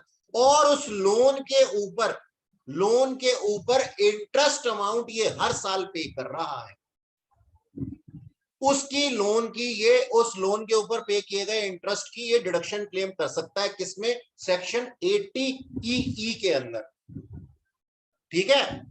किस चीज के ऊपर लोन है, कार लोन है क्या, नहीं सर, रेजिडेंशियल हाउस प्रॉपर्टी के लिए है, रेजिडेंशियल हाउस प्रॉपर्टी के लिए लोन लिया इसने, उसका इंटरेस्ट पे किया है, तब वो डिडक्शन क्लेम कर सकता है। अच्छा सर, अब जरा लोन की बात कर लेते हैं, अब जरा हाउस प्रॉपर्टी की बात कर देते हैं। सर ने क्यों गरीब बोला, इस बात को समझ लेते हैं। सर देखिए बात सुनिए, ये जो हाउस है ना, ये हाउस इसका 50 लाख से ज्यादा नहीं होना चाहिए। घूम करके देख लो 50 लाख रुपए में दिल्ली के अंदर कौन सी हाउस प्रॉपर्टी मिल रही है। सर आप ऐसी बातें क्यों कर रहे हो, हम सतपुड़ा के जंगलों में लेंगे, वहां पे अच्छी खासी जमीन मिल जाएगी 50 लाख रुपए में, अलग बात है, ठीक है जी। तो हम कहते हैं 50 लाख से ज्यादा इसकी हाउस प्रॉपर्टी महंगी नहीं होनी चाहिए, इसका लोन जो है 35 लाख से ऊपर नहीं होना चाहिए, 35 लाख से ऊपर नहीं होना चाहिए। ठीक सर। अच्छा यहाँ पे ना एक वर्ड लिखा हुआ है, इसका मैं जरा खंडन करता हूं। हाँ सर ऐसे क्यों बोल रहे हो आप, अभी बताता हूं। हैज बीन सैंक्शनड, कभी कभी लोन अप्रूव तो हो जाता है लेकिन मिलता थोड़े टाइम बाद में। और यहां पे है ना सैंक्शन का जो क्या नाम है वो दिया हुआ है ना फाइनेंशियल ईयर, वो दिया हुआ है 16-17। वो क्या दिया हुआ है सर, 16-17 दिया हुआ। तो सर फिर हमारे लिए तो ये है ही नहीं डिडक्शन, ये डिडक्शन तो हमारे लिए, हमारे को पढ़ा ही नहीं जाना चाहिए। अरे नहीं भाई, मैंने आपसे ये कहा कि आप लोन लेकर के आए थे 16-17 में।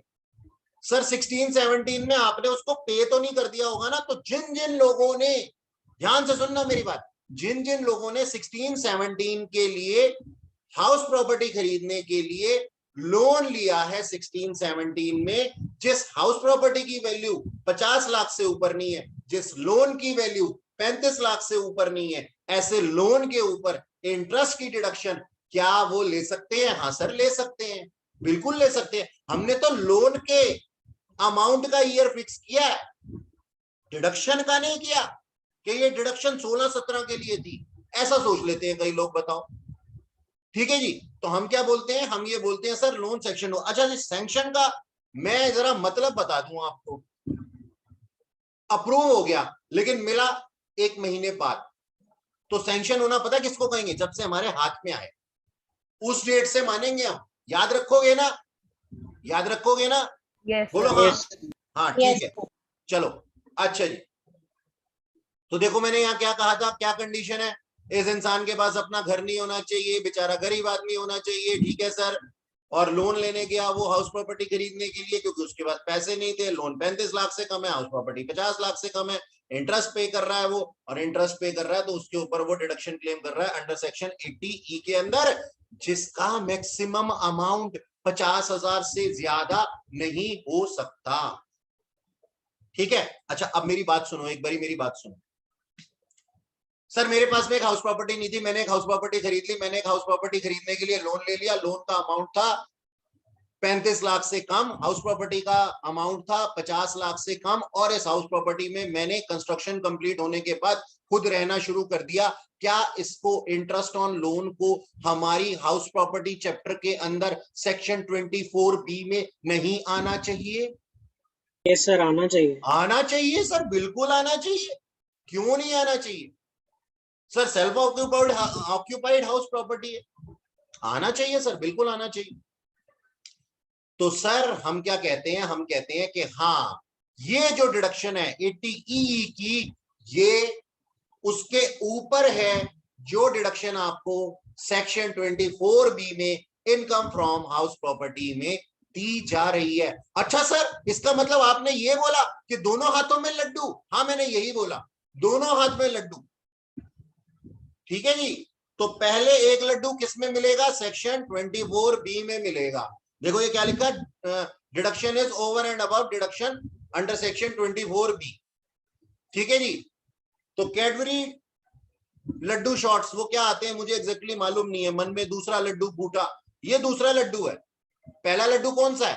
पहला लड्डू वो है सेक्शन 24B, उसके ऊपर मिलेगा। अच्छा सेल्फ ऑक्यूपाइड हाउस प्रॉपर्टी के अंदर इंटरेस्ट ऑन बोरोड कैपिटल के ऊपर कोई लिमिट होती है अनुज? क्या होती है यार? सर अगर 1999 से पहले लिया तो ना 30,000। कंडीशन नहीं पूछी मैंने, restricted up to sir 2 lakh तक की होती है। 2 लाख तक होती है, और अगर कुछ ना लिखा हो तो 30,000 होती है ना sir? Yes sir. Done sir, done. अच्छा हाँ यहाँ पे देखो क्या लिखा हुआ है। अच्छा अब ये क्वेश्चन है ना, ये मस्त क्वेश्चन लिखो, इसके ऊपर ना टिक मारो अपनी बुक के अंदर, लिखो हम इसको प्रैक्टिस करेंगे, हमें इससे ही समझ में आएगा। क्या लिखा हुआ है? मिस्टर ए ने परचेज किया एक residential house property for self occupied purpose at the rate 45 lakh. 55 के लिए होती तो सर ये सेक्शन से आउट हो जाता। ठीक है सर। 45 लाख की खरीदी इसने 1/4/2017 में। 16-17 में खरीदी है क्या? बोलो 16-17 में खरीदी है क्या? यस। सर 16-17 में खरीदी है क्या? बोल नहीं रहे हो नो सर। तो No, फिर sir. अलाउड नहीं होना चाहिए ना। बट सर लोन सैंक्शन 28 मार्च इसको 2017 जरूर का बोलना है बीच में, इसको जरूर बोलना है बीच में। मैंने तो ये बोला, मैंने कहा भैया कहने का मतलब है कि हाउस प्रॉपर्टी कब खरीदेंगे, इससे इसकी डेट नहीं बोली थी मैंने किसकी डेट बोली थी? लोन सैंक्शन होने की। सैंक्शन वर्ड बोला था ना, सैंक्शन वर्ड बोला था ना। तो यहाँ Yes, पे ना sir. कई बच्चे पहले ही कंफ्यूज हो Yes, जाते sir. हैं, है ना। वरना मेरी बात समझ में आई गुड़िया कि ये सैंक्शन की डेट ये थोड़ी है। अब उसने मेरे को कोई Yes, चैट sir. में कुछ बोला है शायद, अनुज। अरे नहीं यार, मैं सॉरी कहने के लिए थोड़ी ना कह रहा था तेरे को यार, कैसी बातें करता, तू मेरा बहुत प्यारा बच्चा है, अपने गाल खींच ले ऐसे करके, ऐसे मत बोला कर यार। मैं सॉरी थोड़ी ना कहलवा रहा हूँ, मैं तो ये बोलता हूँ कि क्या नाम है, मुझे मालूम है तेरे को आंसर पता होगा। तो क्या नाम है, यहाँ पे है ना, यहाँ पे है ना, हम क्या कहते हैं सर, लोन के सैंक्शन होने की डेट देखनी है, हाउस प्रॉपर्टी खरीदने की नहीं लेनी। और ऑब्वियस सी बात है सर, पहले पैसा मिलेगा तभी तो इन्वेस्ट करूंगा ना। अच्छा सर, चलो आगे चलते हैं। तो in respect of which he took loan as on loan of rupees 35 lakh रुपए बच गया। बॉर्डर लाइन पे है ये, 35 से ऊपर ले लेता ना बेटा तो फिर दिक्कत आ जाती इसको। जिसका की रेट था कितना, 11%, बैंक ऑफ इंडिया से ले लिया इसने, ठीक है जी। On same date loan was sanction on 28 March 2017। यानी कि इसका मतलब क्या है, इसने अपने पास में मतलब ये जो बैंक से लोन इसने क्या नाम है लिया था, उसकी इसने सैंक्शन इसका कब हो गया था सर? 28 मार्च 2017 को ही इसका सैंक्शन हो चुका था, ठीक है। तो ये 16-17 के अंदर आ गया, 16-17 के अंदर आ गया, ठीक है sir. Compute the deduction under section under section 80EE for assessment year 19-20। अच्छा, और इसके पास में कोई और हाउस प्रॉपर्टी भी नहीं है, ये भी लिखा हुआ है। सबसे पहले तो उसको डिडक्शन दे देंगे सर 2 लाख रुपए तक की। क्यों 2 लाख रुपए की तक दे देंगे? 35 लाख के ऊपर 11% सर 3,85,000 बनता था। इसको क्या करना चाहिए, इसको ये करना चाहिए सर कि पहले तो डिडक्शन ले ले, ये किसमें, 2 लाख रुपए की डिडक्शन ले ले सेल्फ ऑक्यूपाइड हाउस प्रॉपर्टी पे। जैसा कि अनुज ने अभी बताया था कि सर मैक्सिमम लिमिट 2 लाख होती है या 30,000 होती है, ठीक है ना।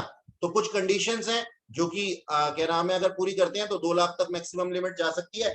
तो 3,85,000 3,85,000 में से 2 लाख रुपए तो इसने सेक्शन 24B के अंदर ले लिया। और उसके बाद में सर जो रिमेनिंग अमाउंट बचा, कितना रिमेनिंग अमाउंट बचा, ये देखो, डिडक्शन अंडर सेक्शन 80EE 185, 385 में से 2 लाख गए, तो रिस्ट्रिक्शन कितनी थी इसके ऊपर, रिस्ट्रिक्शन कितनी थी इसके ऊपर, 50,000. 50,000। तो रिमेनिंग अमाउंट को वो कहां ले लेगा, 50,000 रुपीज में ले लेगा। सर ऐसा क्यों किया इसने? अगर वो इसको लेता ही नहीं 24B को तो क्या होता, तो उसका नुकसान हो जाता, उसका नुकसान हो जाता। अगर सिर्फ वो डिडक्शन ही ले लेता, 24B नहीं लेता, तो उसके maximum amount not chargeable to tax कितना होता, सिर्फ 50 होता। और अब कितना हो रहा है, 250 हो रहा है। तो ये बेनिफिट है उसके, टैक्स प्लानिंग का पार्ट है। अच्छा जी,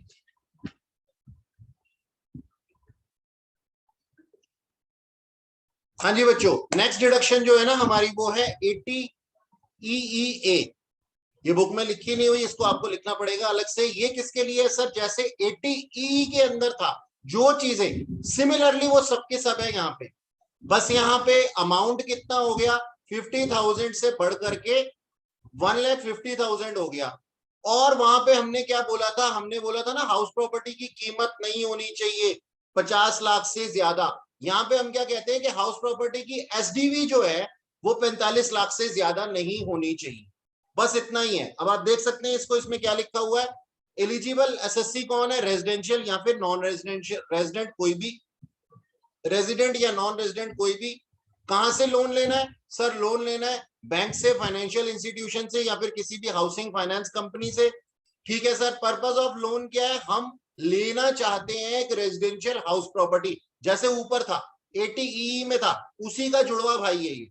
लेकिन यहाँ पे कंडीशन दी हुई है कि अगर आपने डिडक्शन ले ली है सेक्शन 80EE के अंदर, तो आप EEA के अंदर डिडक्शन क्लेम नहीं कर सकते।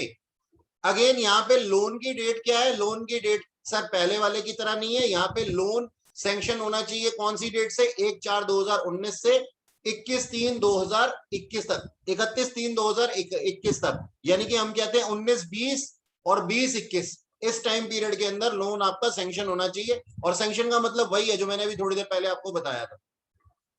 अच्छा जी, इस रेजिडेंशियल हाउस प्रॉपर्टी की SDV 45 लाख से ऊपर नहीं होनी चाहिए, ठीक है सर। और जिस दिन पे लोन सैंक्शन किया जाएगा उस दिन पर्सन के पास में कोई हाउस प्रॉपर्टी नहीं होनी चाहिए।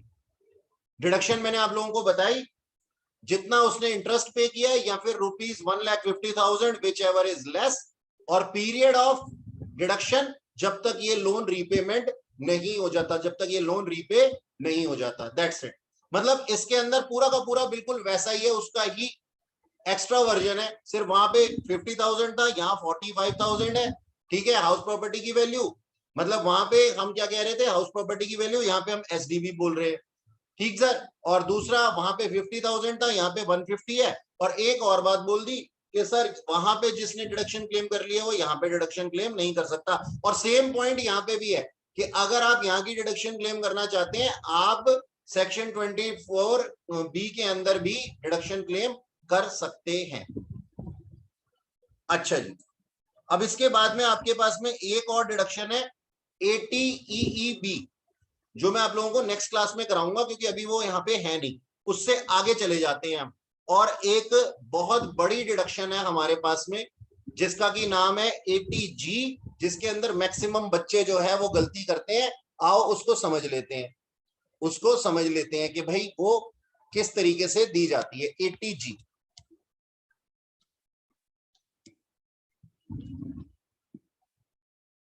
ये रही सर 80G। सबसे पहले मैं आपको बता दूं, ये डोनेशन बेस्ड डिडक्शन है, डोनेशन बेस्ड डिडक्शन है। चलो इसको जरा पेपर पे ही समझते हैं, पहले ऑन पेपर समझते हैं, ज्यादा अच्छे से समझ में आएगा। इसको भगा देते हैं यहां से, ठीक। आ जाओ जी, मेरे पास में ना कुछ डोनेशंस दी हुई हैं इसके अंदर। मैं बहुत ही उदार व्यक्ति हूं और मैं डोनेशंस देता हूं अलग अलग फंड्स में। तो यहां पे ना मेरे पास में 4 कैटेगरी बनाई हुई है, 4 कैटेगरी बनाई हुई, उसके अंदर डोनेशन दी हुई है। ये फर्स्ट कैटेगरी जो है, जितना मैं इसके अंदर अमाउंट कंट्रीब्यूट करूंगा उसकी डिडक्शन मेरे को मिल जाएगी। डिडक्शन अंडर सेक्शन 80G, ठीक है ना। ये स्क्रीन विजिबल है ना आप लोगों को? Yes sir. ठीक है जी। ये एक क्लास ए है। क्लास ए के अंदर कोई डोनेशंस दी हुई हैं, जितना डोनेट करूंगा ना उसका 100% मैं डिडक्शन क्लेम कर सकता हूं। Okay sir. फिर क्लास बी दी हुई है, उसके अंदर कोई डोनेशंस दी हुई हैं, जो भी अमाउंट मैंने डोनेट किया है उसका 50% अमाउंट मैं क्या कर सकता हूं?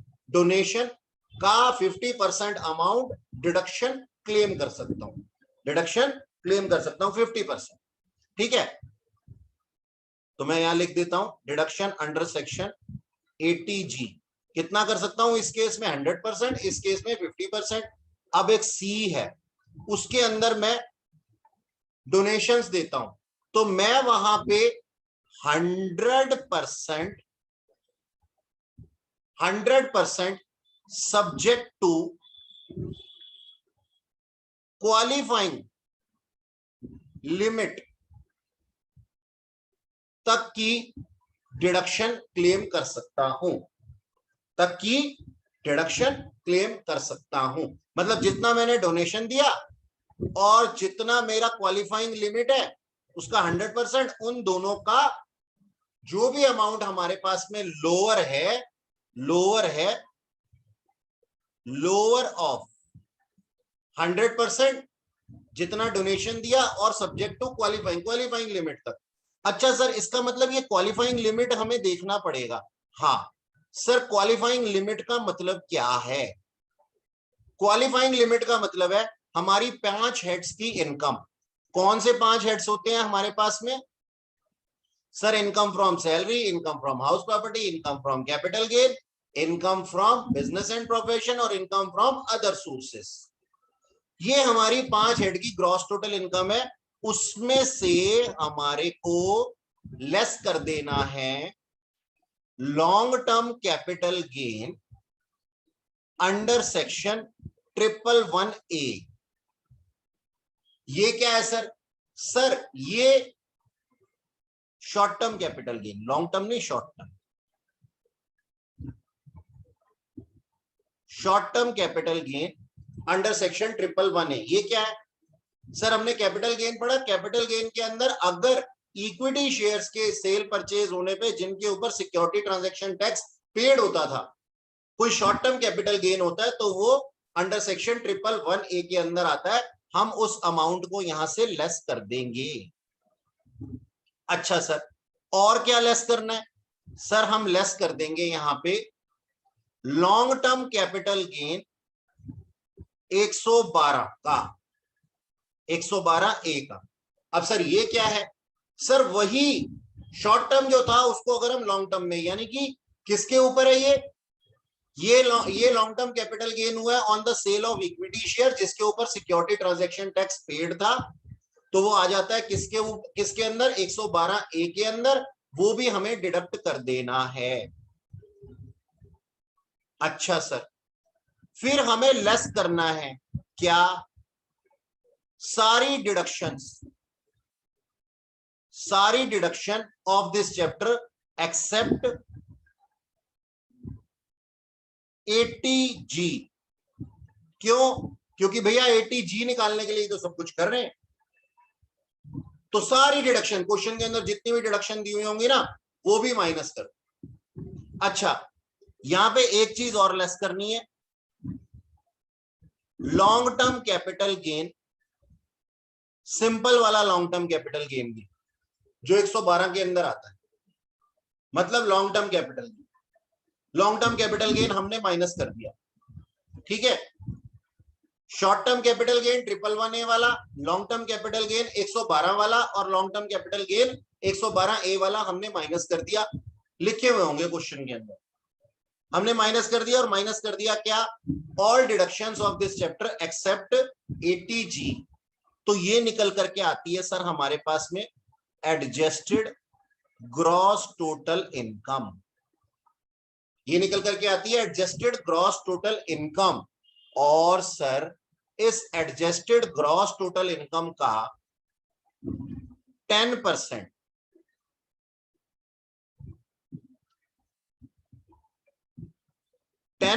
Of adjusted gross total income क्या है हमारा? सर क्वालिफाइंग लिमिट है। ओ माय गॉड, मतलब सर मेहनत करने के नंबर मिलेंगे यहाँ पे। क्वालिफाइंग लिमिट हमें डिफाइन की हुई है, क्वालिफाइंग लिमिट निकालेंगे, उसका 10%, सॉरी क्वालिफाइंग लिमिट कैसे निकलती है? ग्रॉस टोटल इनकम में से माइनस करना है short term capital gain 111A का, माइनस करना है लॉन्ग टर्म कैपिटल गेन 112 का और long term capital gain 112A का, और सारी की सारी डिडक्शंस लेस करनी है, ठीक है जी। Under section 80C to 80U except 80G। तो हमारी एडजस्टेड ग्रॉस टोटल इनकम आ जाएगी और उस एडजस्टेड ग्रॉस टोटल इनकम का 10% जो है वो क्वालिफाइंग अमाउंट होता है। अच्छा सर, टेंशन मत लो, टेंशन बिल्कुल नहीं लेनी। अभी तुम्हें प्रैक्टिकली करके दिखाऊंगा, सिखाऊंगा नहीं तब तक जाऊंगा नहीं और जाने दूंगा भी नहीं, ठीक है। अच्छा जी सर, ठीक है। एक हमारे पास में है सर डी टाइप की हमारे पास डोनेशन है। वो जो भी अमाउंट होता है उस केस में हम क्या लेते हैं? Lower of 50% subject to qualifying limit. और क्वालिफाइंग लिमिट कैसे आती है ये हमने देख लिया। पहले मेरा आपसे सवाल, ये सारा कुछ आपने नोट कर लिया? Yes, sir. ठीक है जी। अभी आपके दिमाग में एक मिसकंसेप्शन आ चुका है, 101% आ चुका है, 101% आ चुका है कि सर ने हमें यह बताया है कि लोअर ऑफ 100% ऑफ कंट्रीब्यूशन और सब्जेक्ट टू क्वालिफाइंग लिमिट, लेकिन मैंने ऐसा नहीं लिखा। मैंने क्या लिखा है और ये कैसे निकल करके आएगा, इस चीज को हम क्या लिखेंगे, एक प्रैक्टिकल के साथ में देखेंगे, एक प्रैक्टिकल के साथ में देखेंगे। क्योंकि हमें ना आदत पड़ी हुई है, हम क्या बोल देते हैं, जब हम कह देते हैं ना सब्जेक्ट टू क्वालिफाइंग लिमिट, इसका मतलब हमने क्वालिफाइंग लिमिट को अपर कैप लगा दिया। ना ना ना, ऐसा नहीं है सर, ऐसा नहीं है, ऐसा नहीं है। तो सर फिर कैसा है, अभी पता लग जाएगा कैसा है, अभी पता लग जाएगा कैसा है। ठीक है, इतनी बात हमने नोट कर ली। अब कैसा है और कैसे निकालेंगे, हमारे को ना मतलब टीचर्स पता क्या पढ़ाते हैं, टीचर्स ये पढ़ाते हैं कि ये जो है ना, इसको पढ़ लो, इसको पढ़ लो, मतलब आप इनको याद करो, आप इनको याद करो, और इसके ऊपर ध्यान नहीं देते कि 50%, 100% और इन चीजों के ऊपर ना बच्चे देते हैं। बच्चा पूरे टाइम पे है ना इन डोनेशंस के अमाउंट के नाम रट्टे मारने में लगा हुआ होता है, भूल जाता है निकालनी कैसे डिडक्शन। अब उसको ये तो याद रह जाता है कि 100% में आता है, 50% में आता है, ये 100% विद क्वालिफाइंग लिमिट में आ जाता है, ये 50% विद क्वालिफाइंग लिमिट में आ जाता है, लेकिन ये नहीं पता होता कि सर इसका ट्रीटमेंट कैसे करो। अभी ट्रीटमेंट सीखना है हमारे को इस चीज के ऊपर अभी मैं जोर नहीं दे रहा हूं कि सर ये इनके नाम क्या है, कौन कौन सी डोनेशंस है। नहीं सर, मुझे नहीं याद करानी अभी आपको, मुझे नहीं याद करानी आपको कि ये कौन कौन है। मैं खुद बताऊंगा आपको कि ये 100% वाली है, ये 50% वाली है, ये 100% क्वालिफाइंग लिमिट के साथ है और 50% क्वालिफाइंग लिमिट के साथ में। आप कुछ नहीं करेंगे, आप कोशिश नहीं करेंगे नोट्स में अभी अपने पास झांकने की कि वो अमाउंट चेक करूं। ठीक है सर, आ जाओ जी यहाँ पे, आ जाओ जी यहाँ पे। ये देखो मैं इन सबको भगा रहा हूं यहां से, मैं इन सबको भगा रहा हूं यहां से, मैं आ रहा हूं सीधा अपने प्रैक्टिकल पार्ट के ऊपर।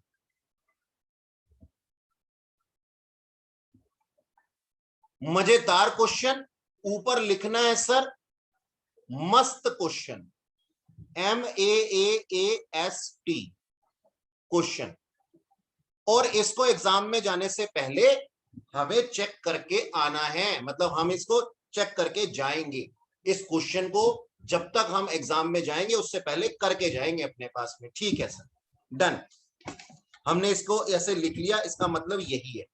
चलो सर पहले शुरू करते हैं अपने क्वेश्चन को। क्या लिखा हुआ है, मिस्टर शिवा जिसकी की एज 58 साल है, 58 साल है, उसकी ग्रॉस टोटल इनकम कितनी है सर, 7,75,000 है, और उसकी क्या नाम है, इनकम है कहां से, सैलरी से और हाउस प्रॉपर्टी से, और उसने ये इन्वेस्टमेंट की है।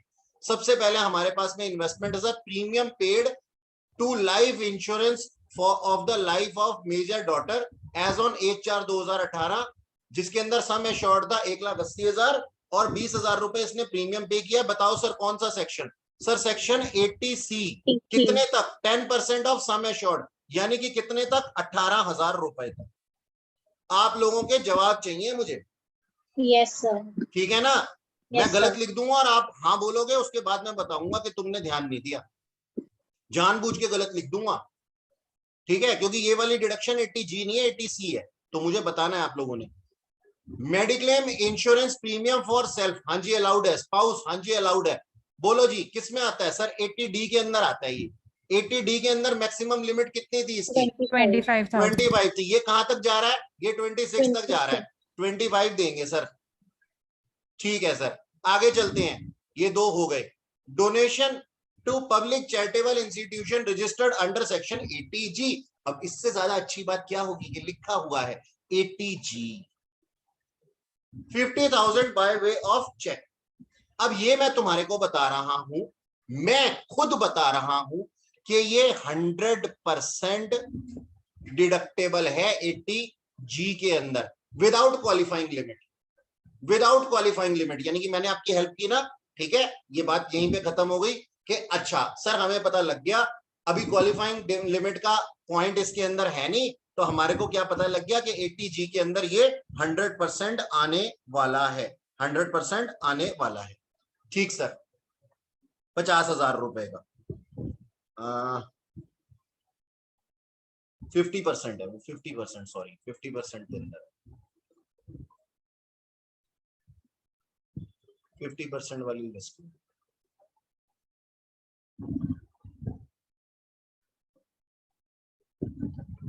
फिफ्टी परसेंट, ठीक है जी। LIC पेंशन फंड, बोलो सर कौन सी डिडक्शन दे दूं इसको? सर मिल बोलो। जाएगी। 80CCC वाली। 80CCC दे दो सर। कितनी दे दूं? 60,000 पूरा दे दूं या कुछ कम कर दूं?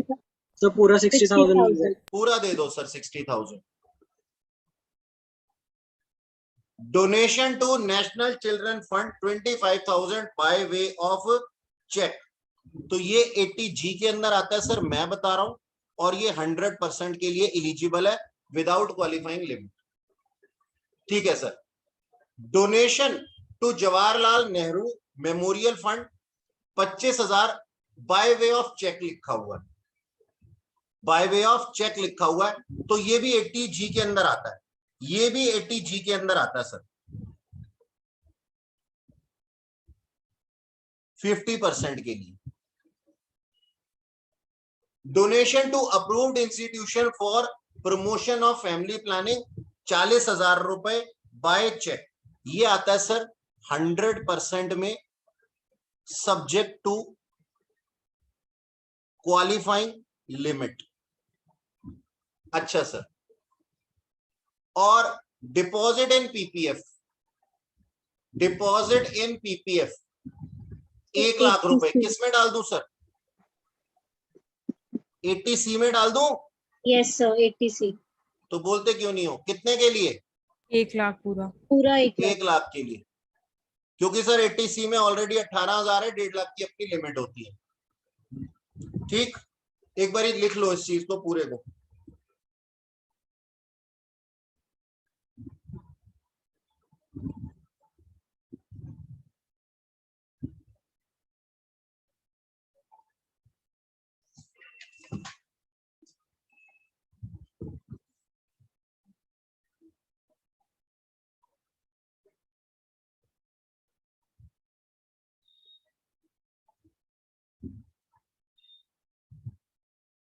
यहाँ पे 80G के 4 अमाउंट दिए हुए, एक बार चेक करना। 1 2 3 4, हाँ ठीक है, हो गया सर। अप्रूव्ड इंस्टीट्यूशन एक हमारे पास में है 80G का। डोनेशन टू पब्लिक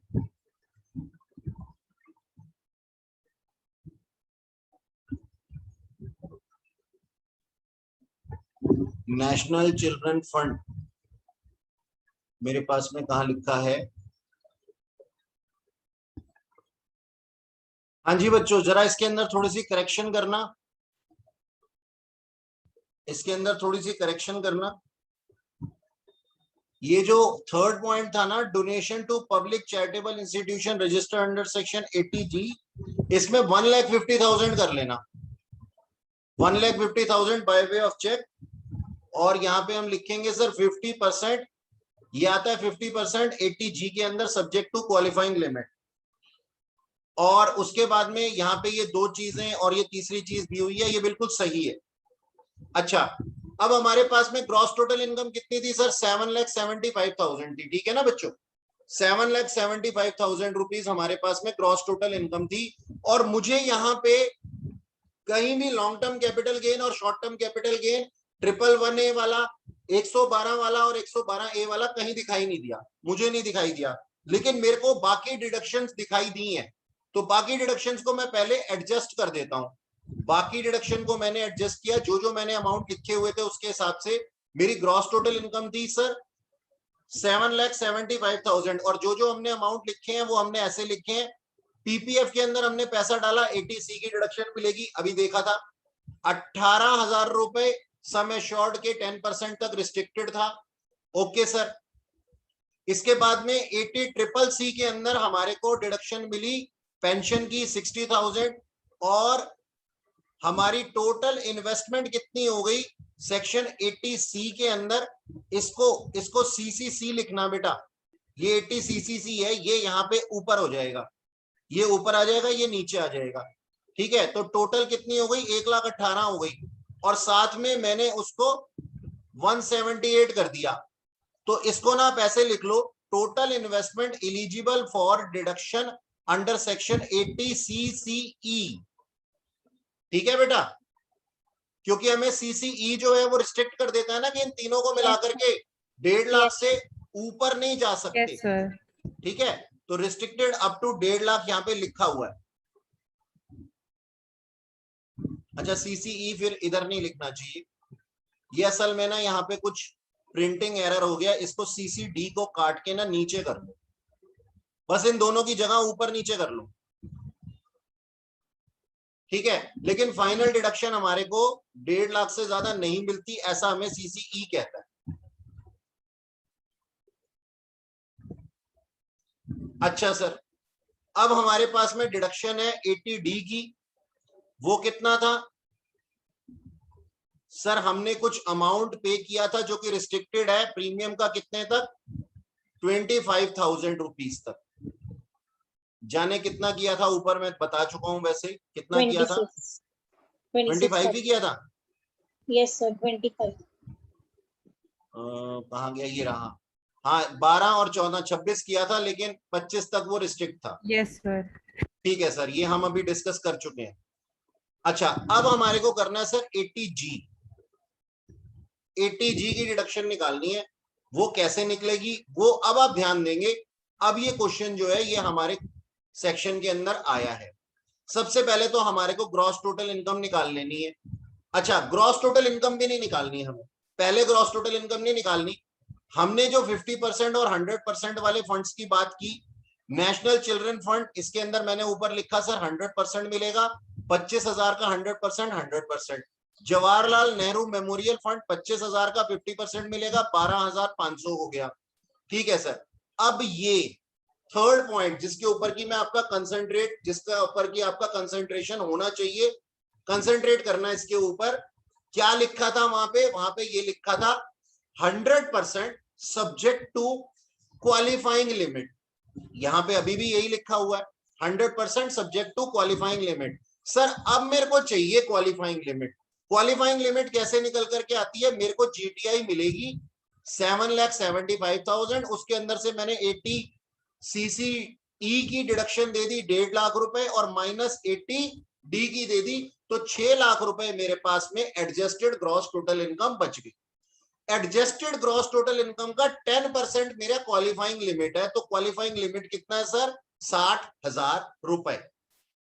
अब मैं क्या कहता हूं, अब मैं ये कहता हूं इसने अमाउंट कितना कंट्रीब्यूट किया था सर? 40,000 रुपीज, और इसका 100%, एक तो ये ले लो, और साथ में क्वालिफाइंग लिमिट कितनी थी सर? 60,000 रुपए थी, 60,000 थी ना, उसका 100% ले लो, विच एवर इज लेस।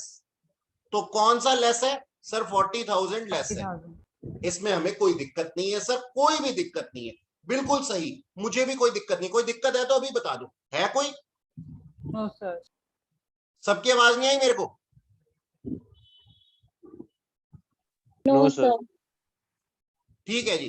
अब आगे में हमारे पास में क्या है, कहता है पब्लिक चैरिटेबल ट्रस्ट है, जिसके अंदर की इसने 1.5 लाख रुपए का डोनेशन दिया। अब हमारे को क्या करना है? हमारे को ये करना है 50% to subject of qualifying limit. ठीक है सर, हम कर देते हैं। पहले तो मेरी क्वालिफाइंग लिमिट बची कितनी थी जरा बताओ, कितनी एग्जॉस्ट हो चुकी है? 40,000 एग्जॉस्ट हो चुकी है ना 60 में से। तो हम कहते हैं 1,50,000 का 50%, वो कितना हुआ? 75,000, और क्वालिफाइंग अमाउंट का 50%। क्वालिफाइंग अमाउंट कितनी बची है सर? 20,000 बची है। 20,000 कैसे बची है सर? 60,000 थी, 60,000 में से 40,000 तो एग्जॉस्ट हो चुकी है ना ऑलरेडी। दो बारी ब्रह्मास्त्र थोड़ी ना चलता है, और जितना चल चुका उतना चल चुका, अब 20,000 का और चलेगा। तो 20,000 का 50% कितना होता है sir? 10,000, which ever is less. Less क्या है? 10,000। तो हमारे पास में टोटल अमाउंट कितना आ गया डिडक्शन का? 87,000 रुपीज। 87,000 रुपीज हमारा अमाउंट आता है 80G के अंदर। जिसको भी समझ में ना आया हो वो पूछ ले। बस ध्यान में बात ये रखनी है कि एक बारी एग्जॉस्ट हो गई क्वालिफाइंग लिमिट पूरी की पूरी, जो कि 10% of adjusted gross total income है, तो फिर कहानी खत्म हो जाएगी। यहां पे कितनी एग्जॉस्ट हो गई थी? यहां पे 60 में से 40 एग्जॉस्ट हो गई थी, 20 रह गई थी। 20 का 50% लेना है, जो कि 10,000 बनेगा। 75,000 अमाउंट कॉन्ट्रीब्यूटेड का लेना है, 50% बनता है जो, यानी कि 1,50,000 का 50% 75,000, दोनों को कंपेयर करना है 10,000। ठीक सर? अब Yes, देखो, अब देखो, अब मैं कहता हूं कि अब आपकी बातें दिमाग में आ गई होंगी। अब हम इस सेक्शन को पढ़ लेते हैं। सेक्शन क्या कहता है? सेक्शन कहता है सर ये है ना, ये सेक्शन बना है सर कंट्रीब्यूशन करने के लिए, डोनेशंस के अंदर डोनेशन देने के लिए है, डोनेशन देने के लिए, और डोनेशन दी जाएंगी इन फंड्स के अंदर। पहले हम क्या कहते थे? पहले हम कहते थे कि डोनेशन दी जा सकती हैं, डोनेशन दी जा सकती हैं कैश में 10,000 रुपए तक। लेकिन अब हम क्या कहते हैं? डोनेशन देंगे कैश में तो 2,000 रुपए तक, और अगर 2,000 से ज्यादा डोनेशन देनी है तो any mode other than cash. ठीक है सर? डोनेशन काइंड में दोगे तो उसको आप क्लेम नहीं कर सकते। जैसे आपने क्या कर दिया, कोई गिफ्ट पहुंचा दिया, ठीक है जी, तो कपड़े लत्ते इस तरीके की डोनेशंस भी होती हैं, तो हम उसको नहीं लेते, उसको डोनेशन कंसीडर नहीं करते।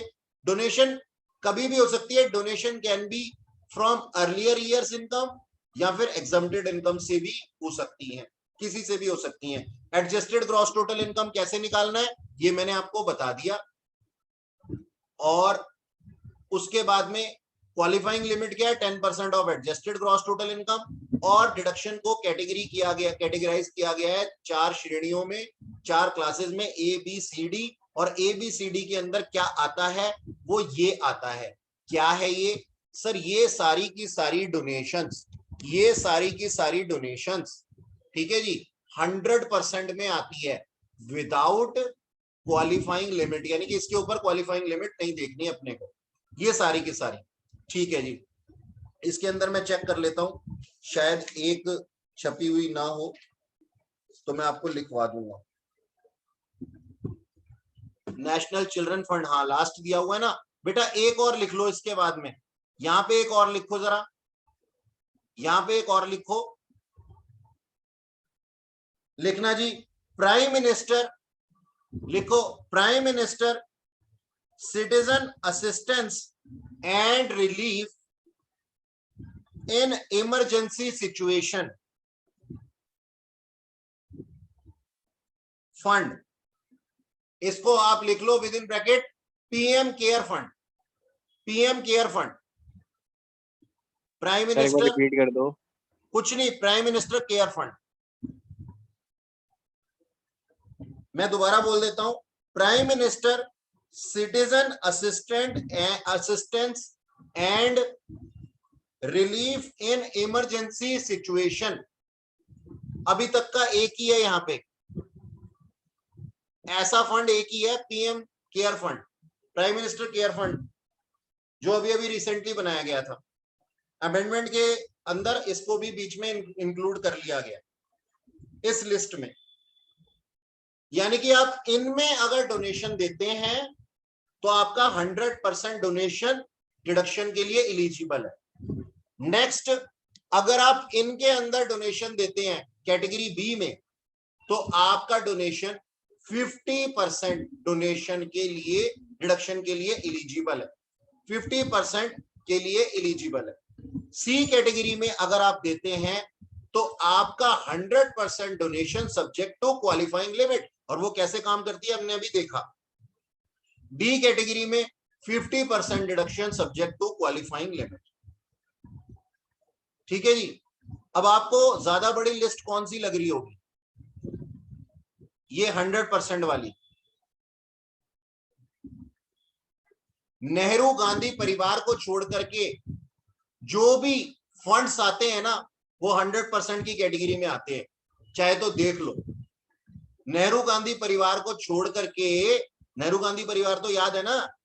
Yes sir. तो नेहरू गांधी परिवार सबको मालूम है, चाचा नेहरू की बेटी इंदिरा गांधी, इंदिरा गांधी की बेटे राजीव गांधी और संजय गांधी, इनके नामों पे जितने भी है ना उनको छोड़ करके बाकी सारे के सारे 100% हो गया याद? Yes sir.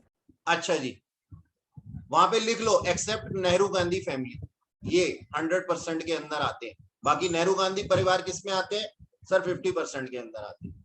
ठीक है सर, ये क्वेश्चन जरूर कर लेना। ठीक है जी, किसी को कुछ पूछने का है क्या? No sir. No, sir. ठीक है, No, फिर sir. बंद करते हैं, खत्म करते हैं आज की क्लास को। नेक्स्ट क्लास में आगे कंटिन्यू करेंगे। Bye bye. Thank you sir. Bye. Thank you, sir.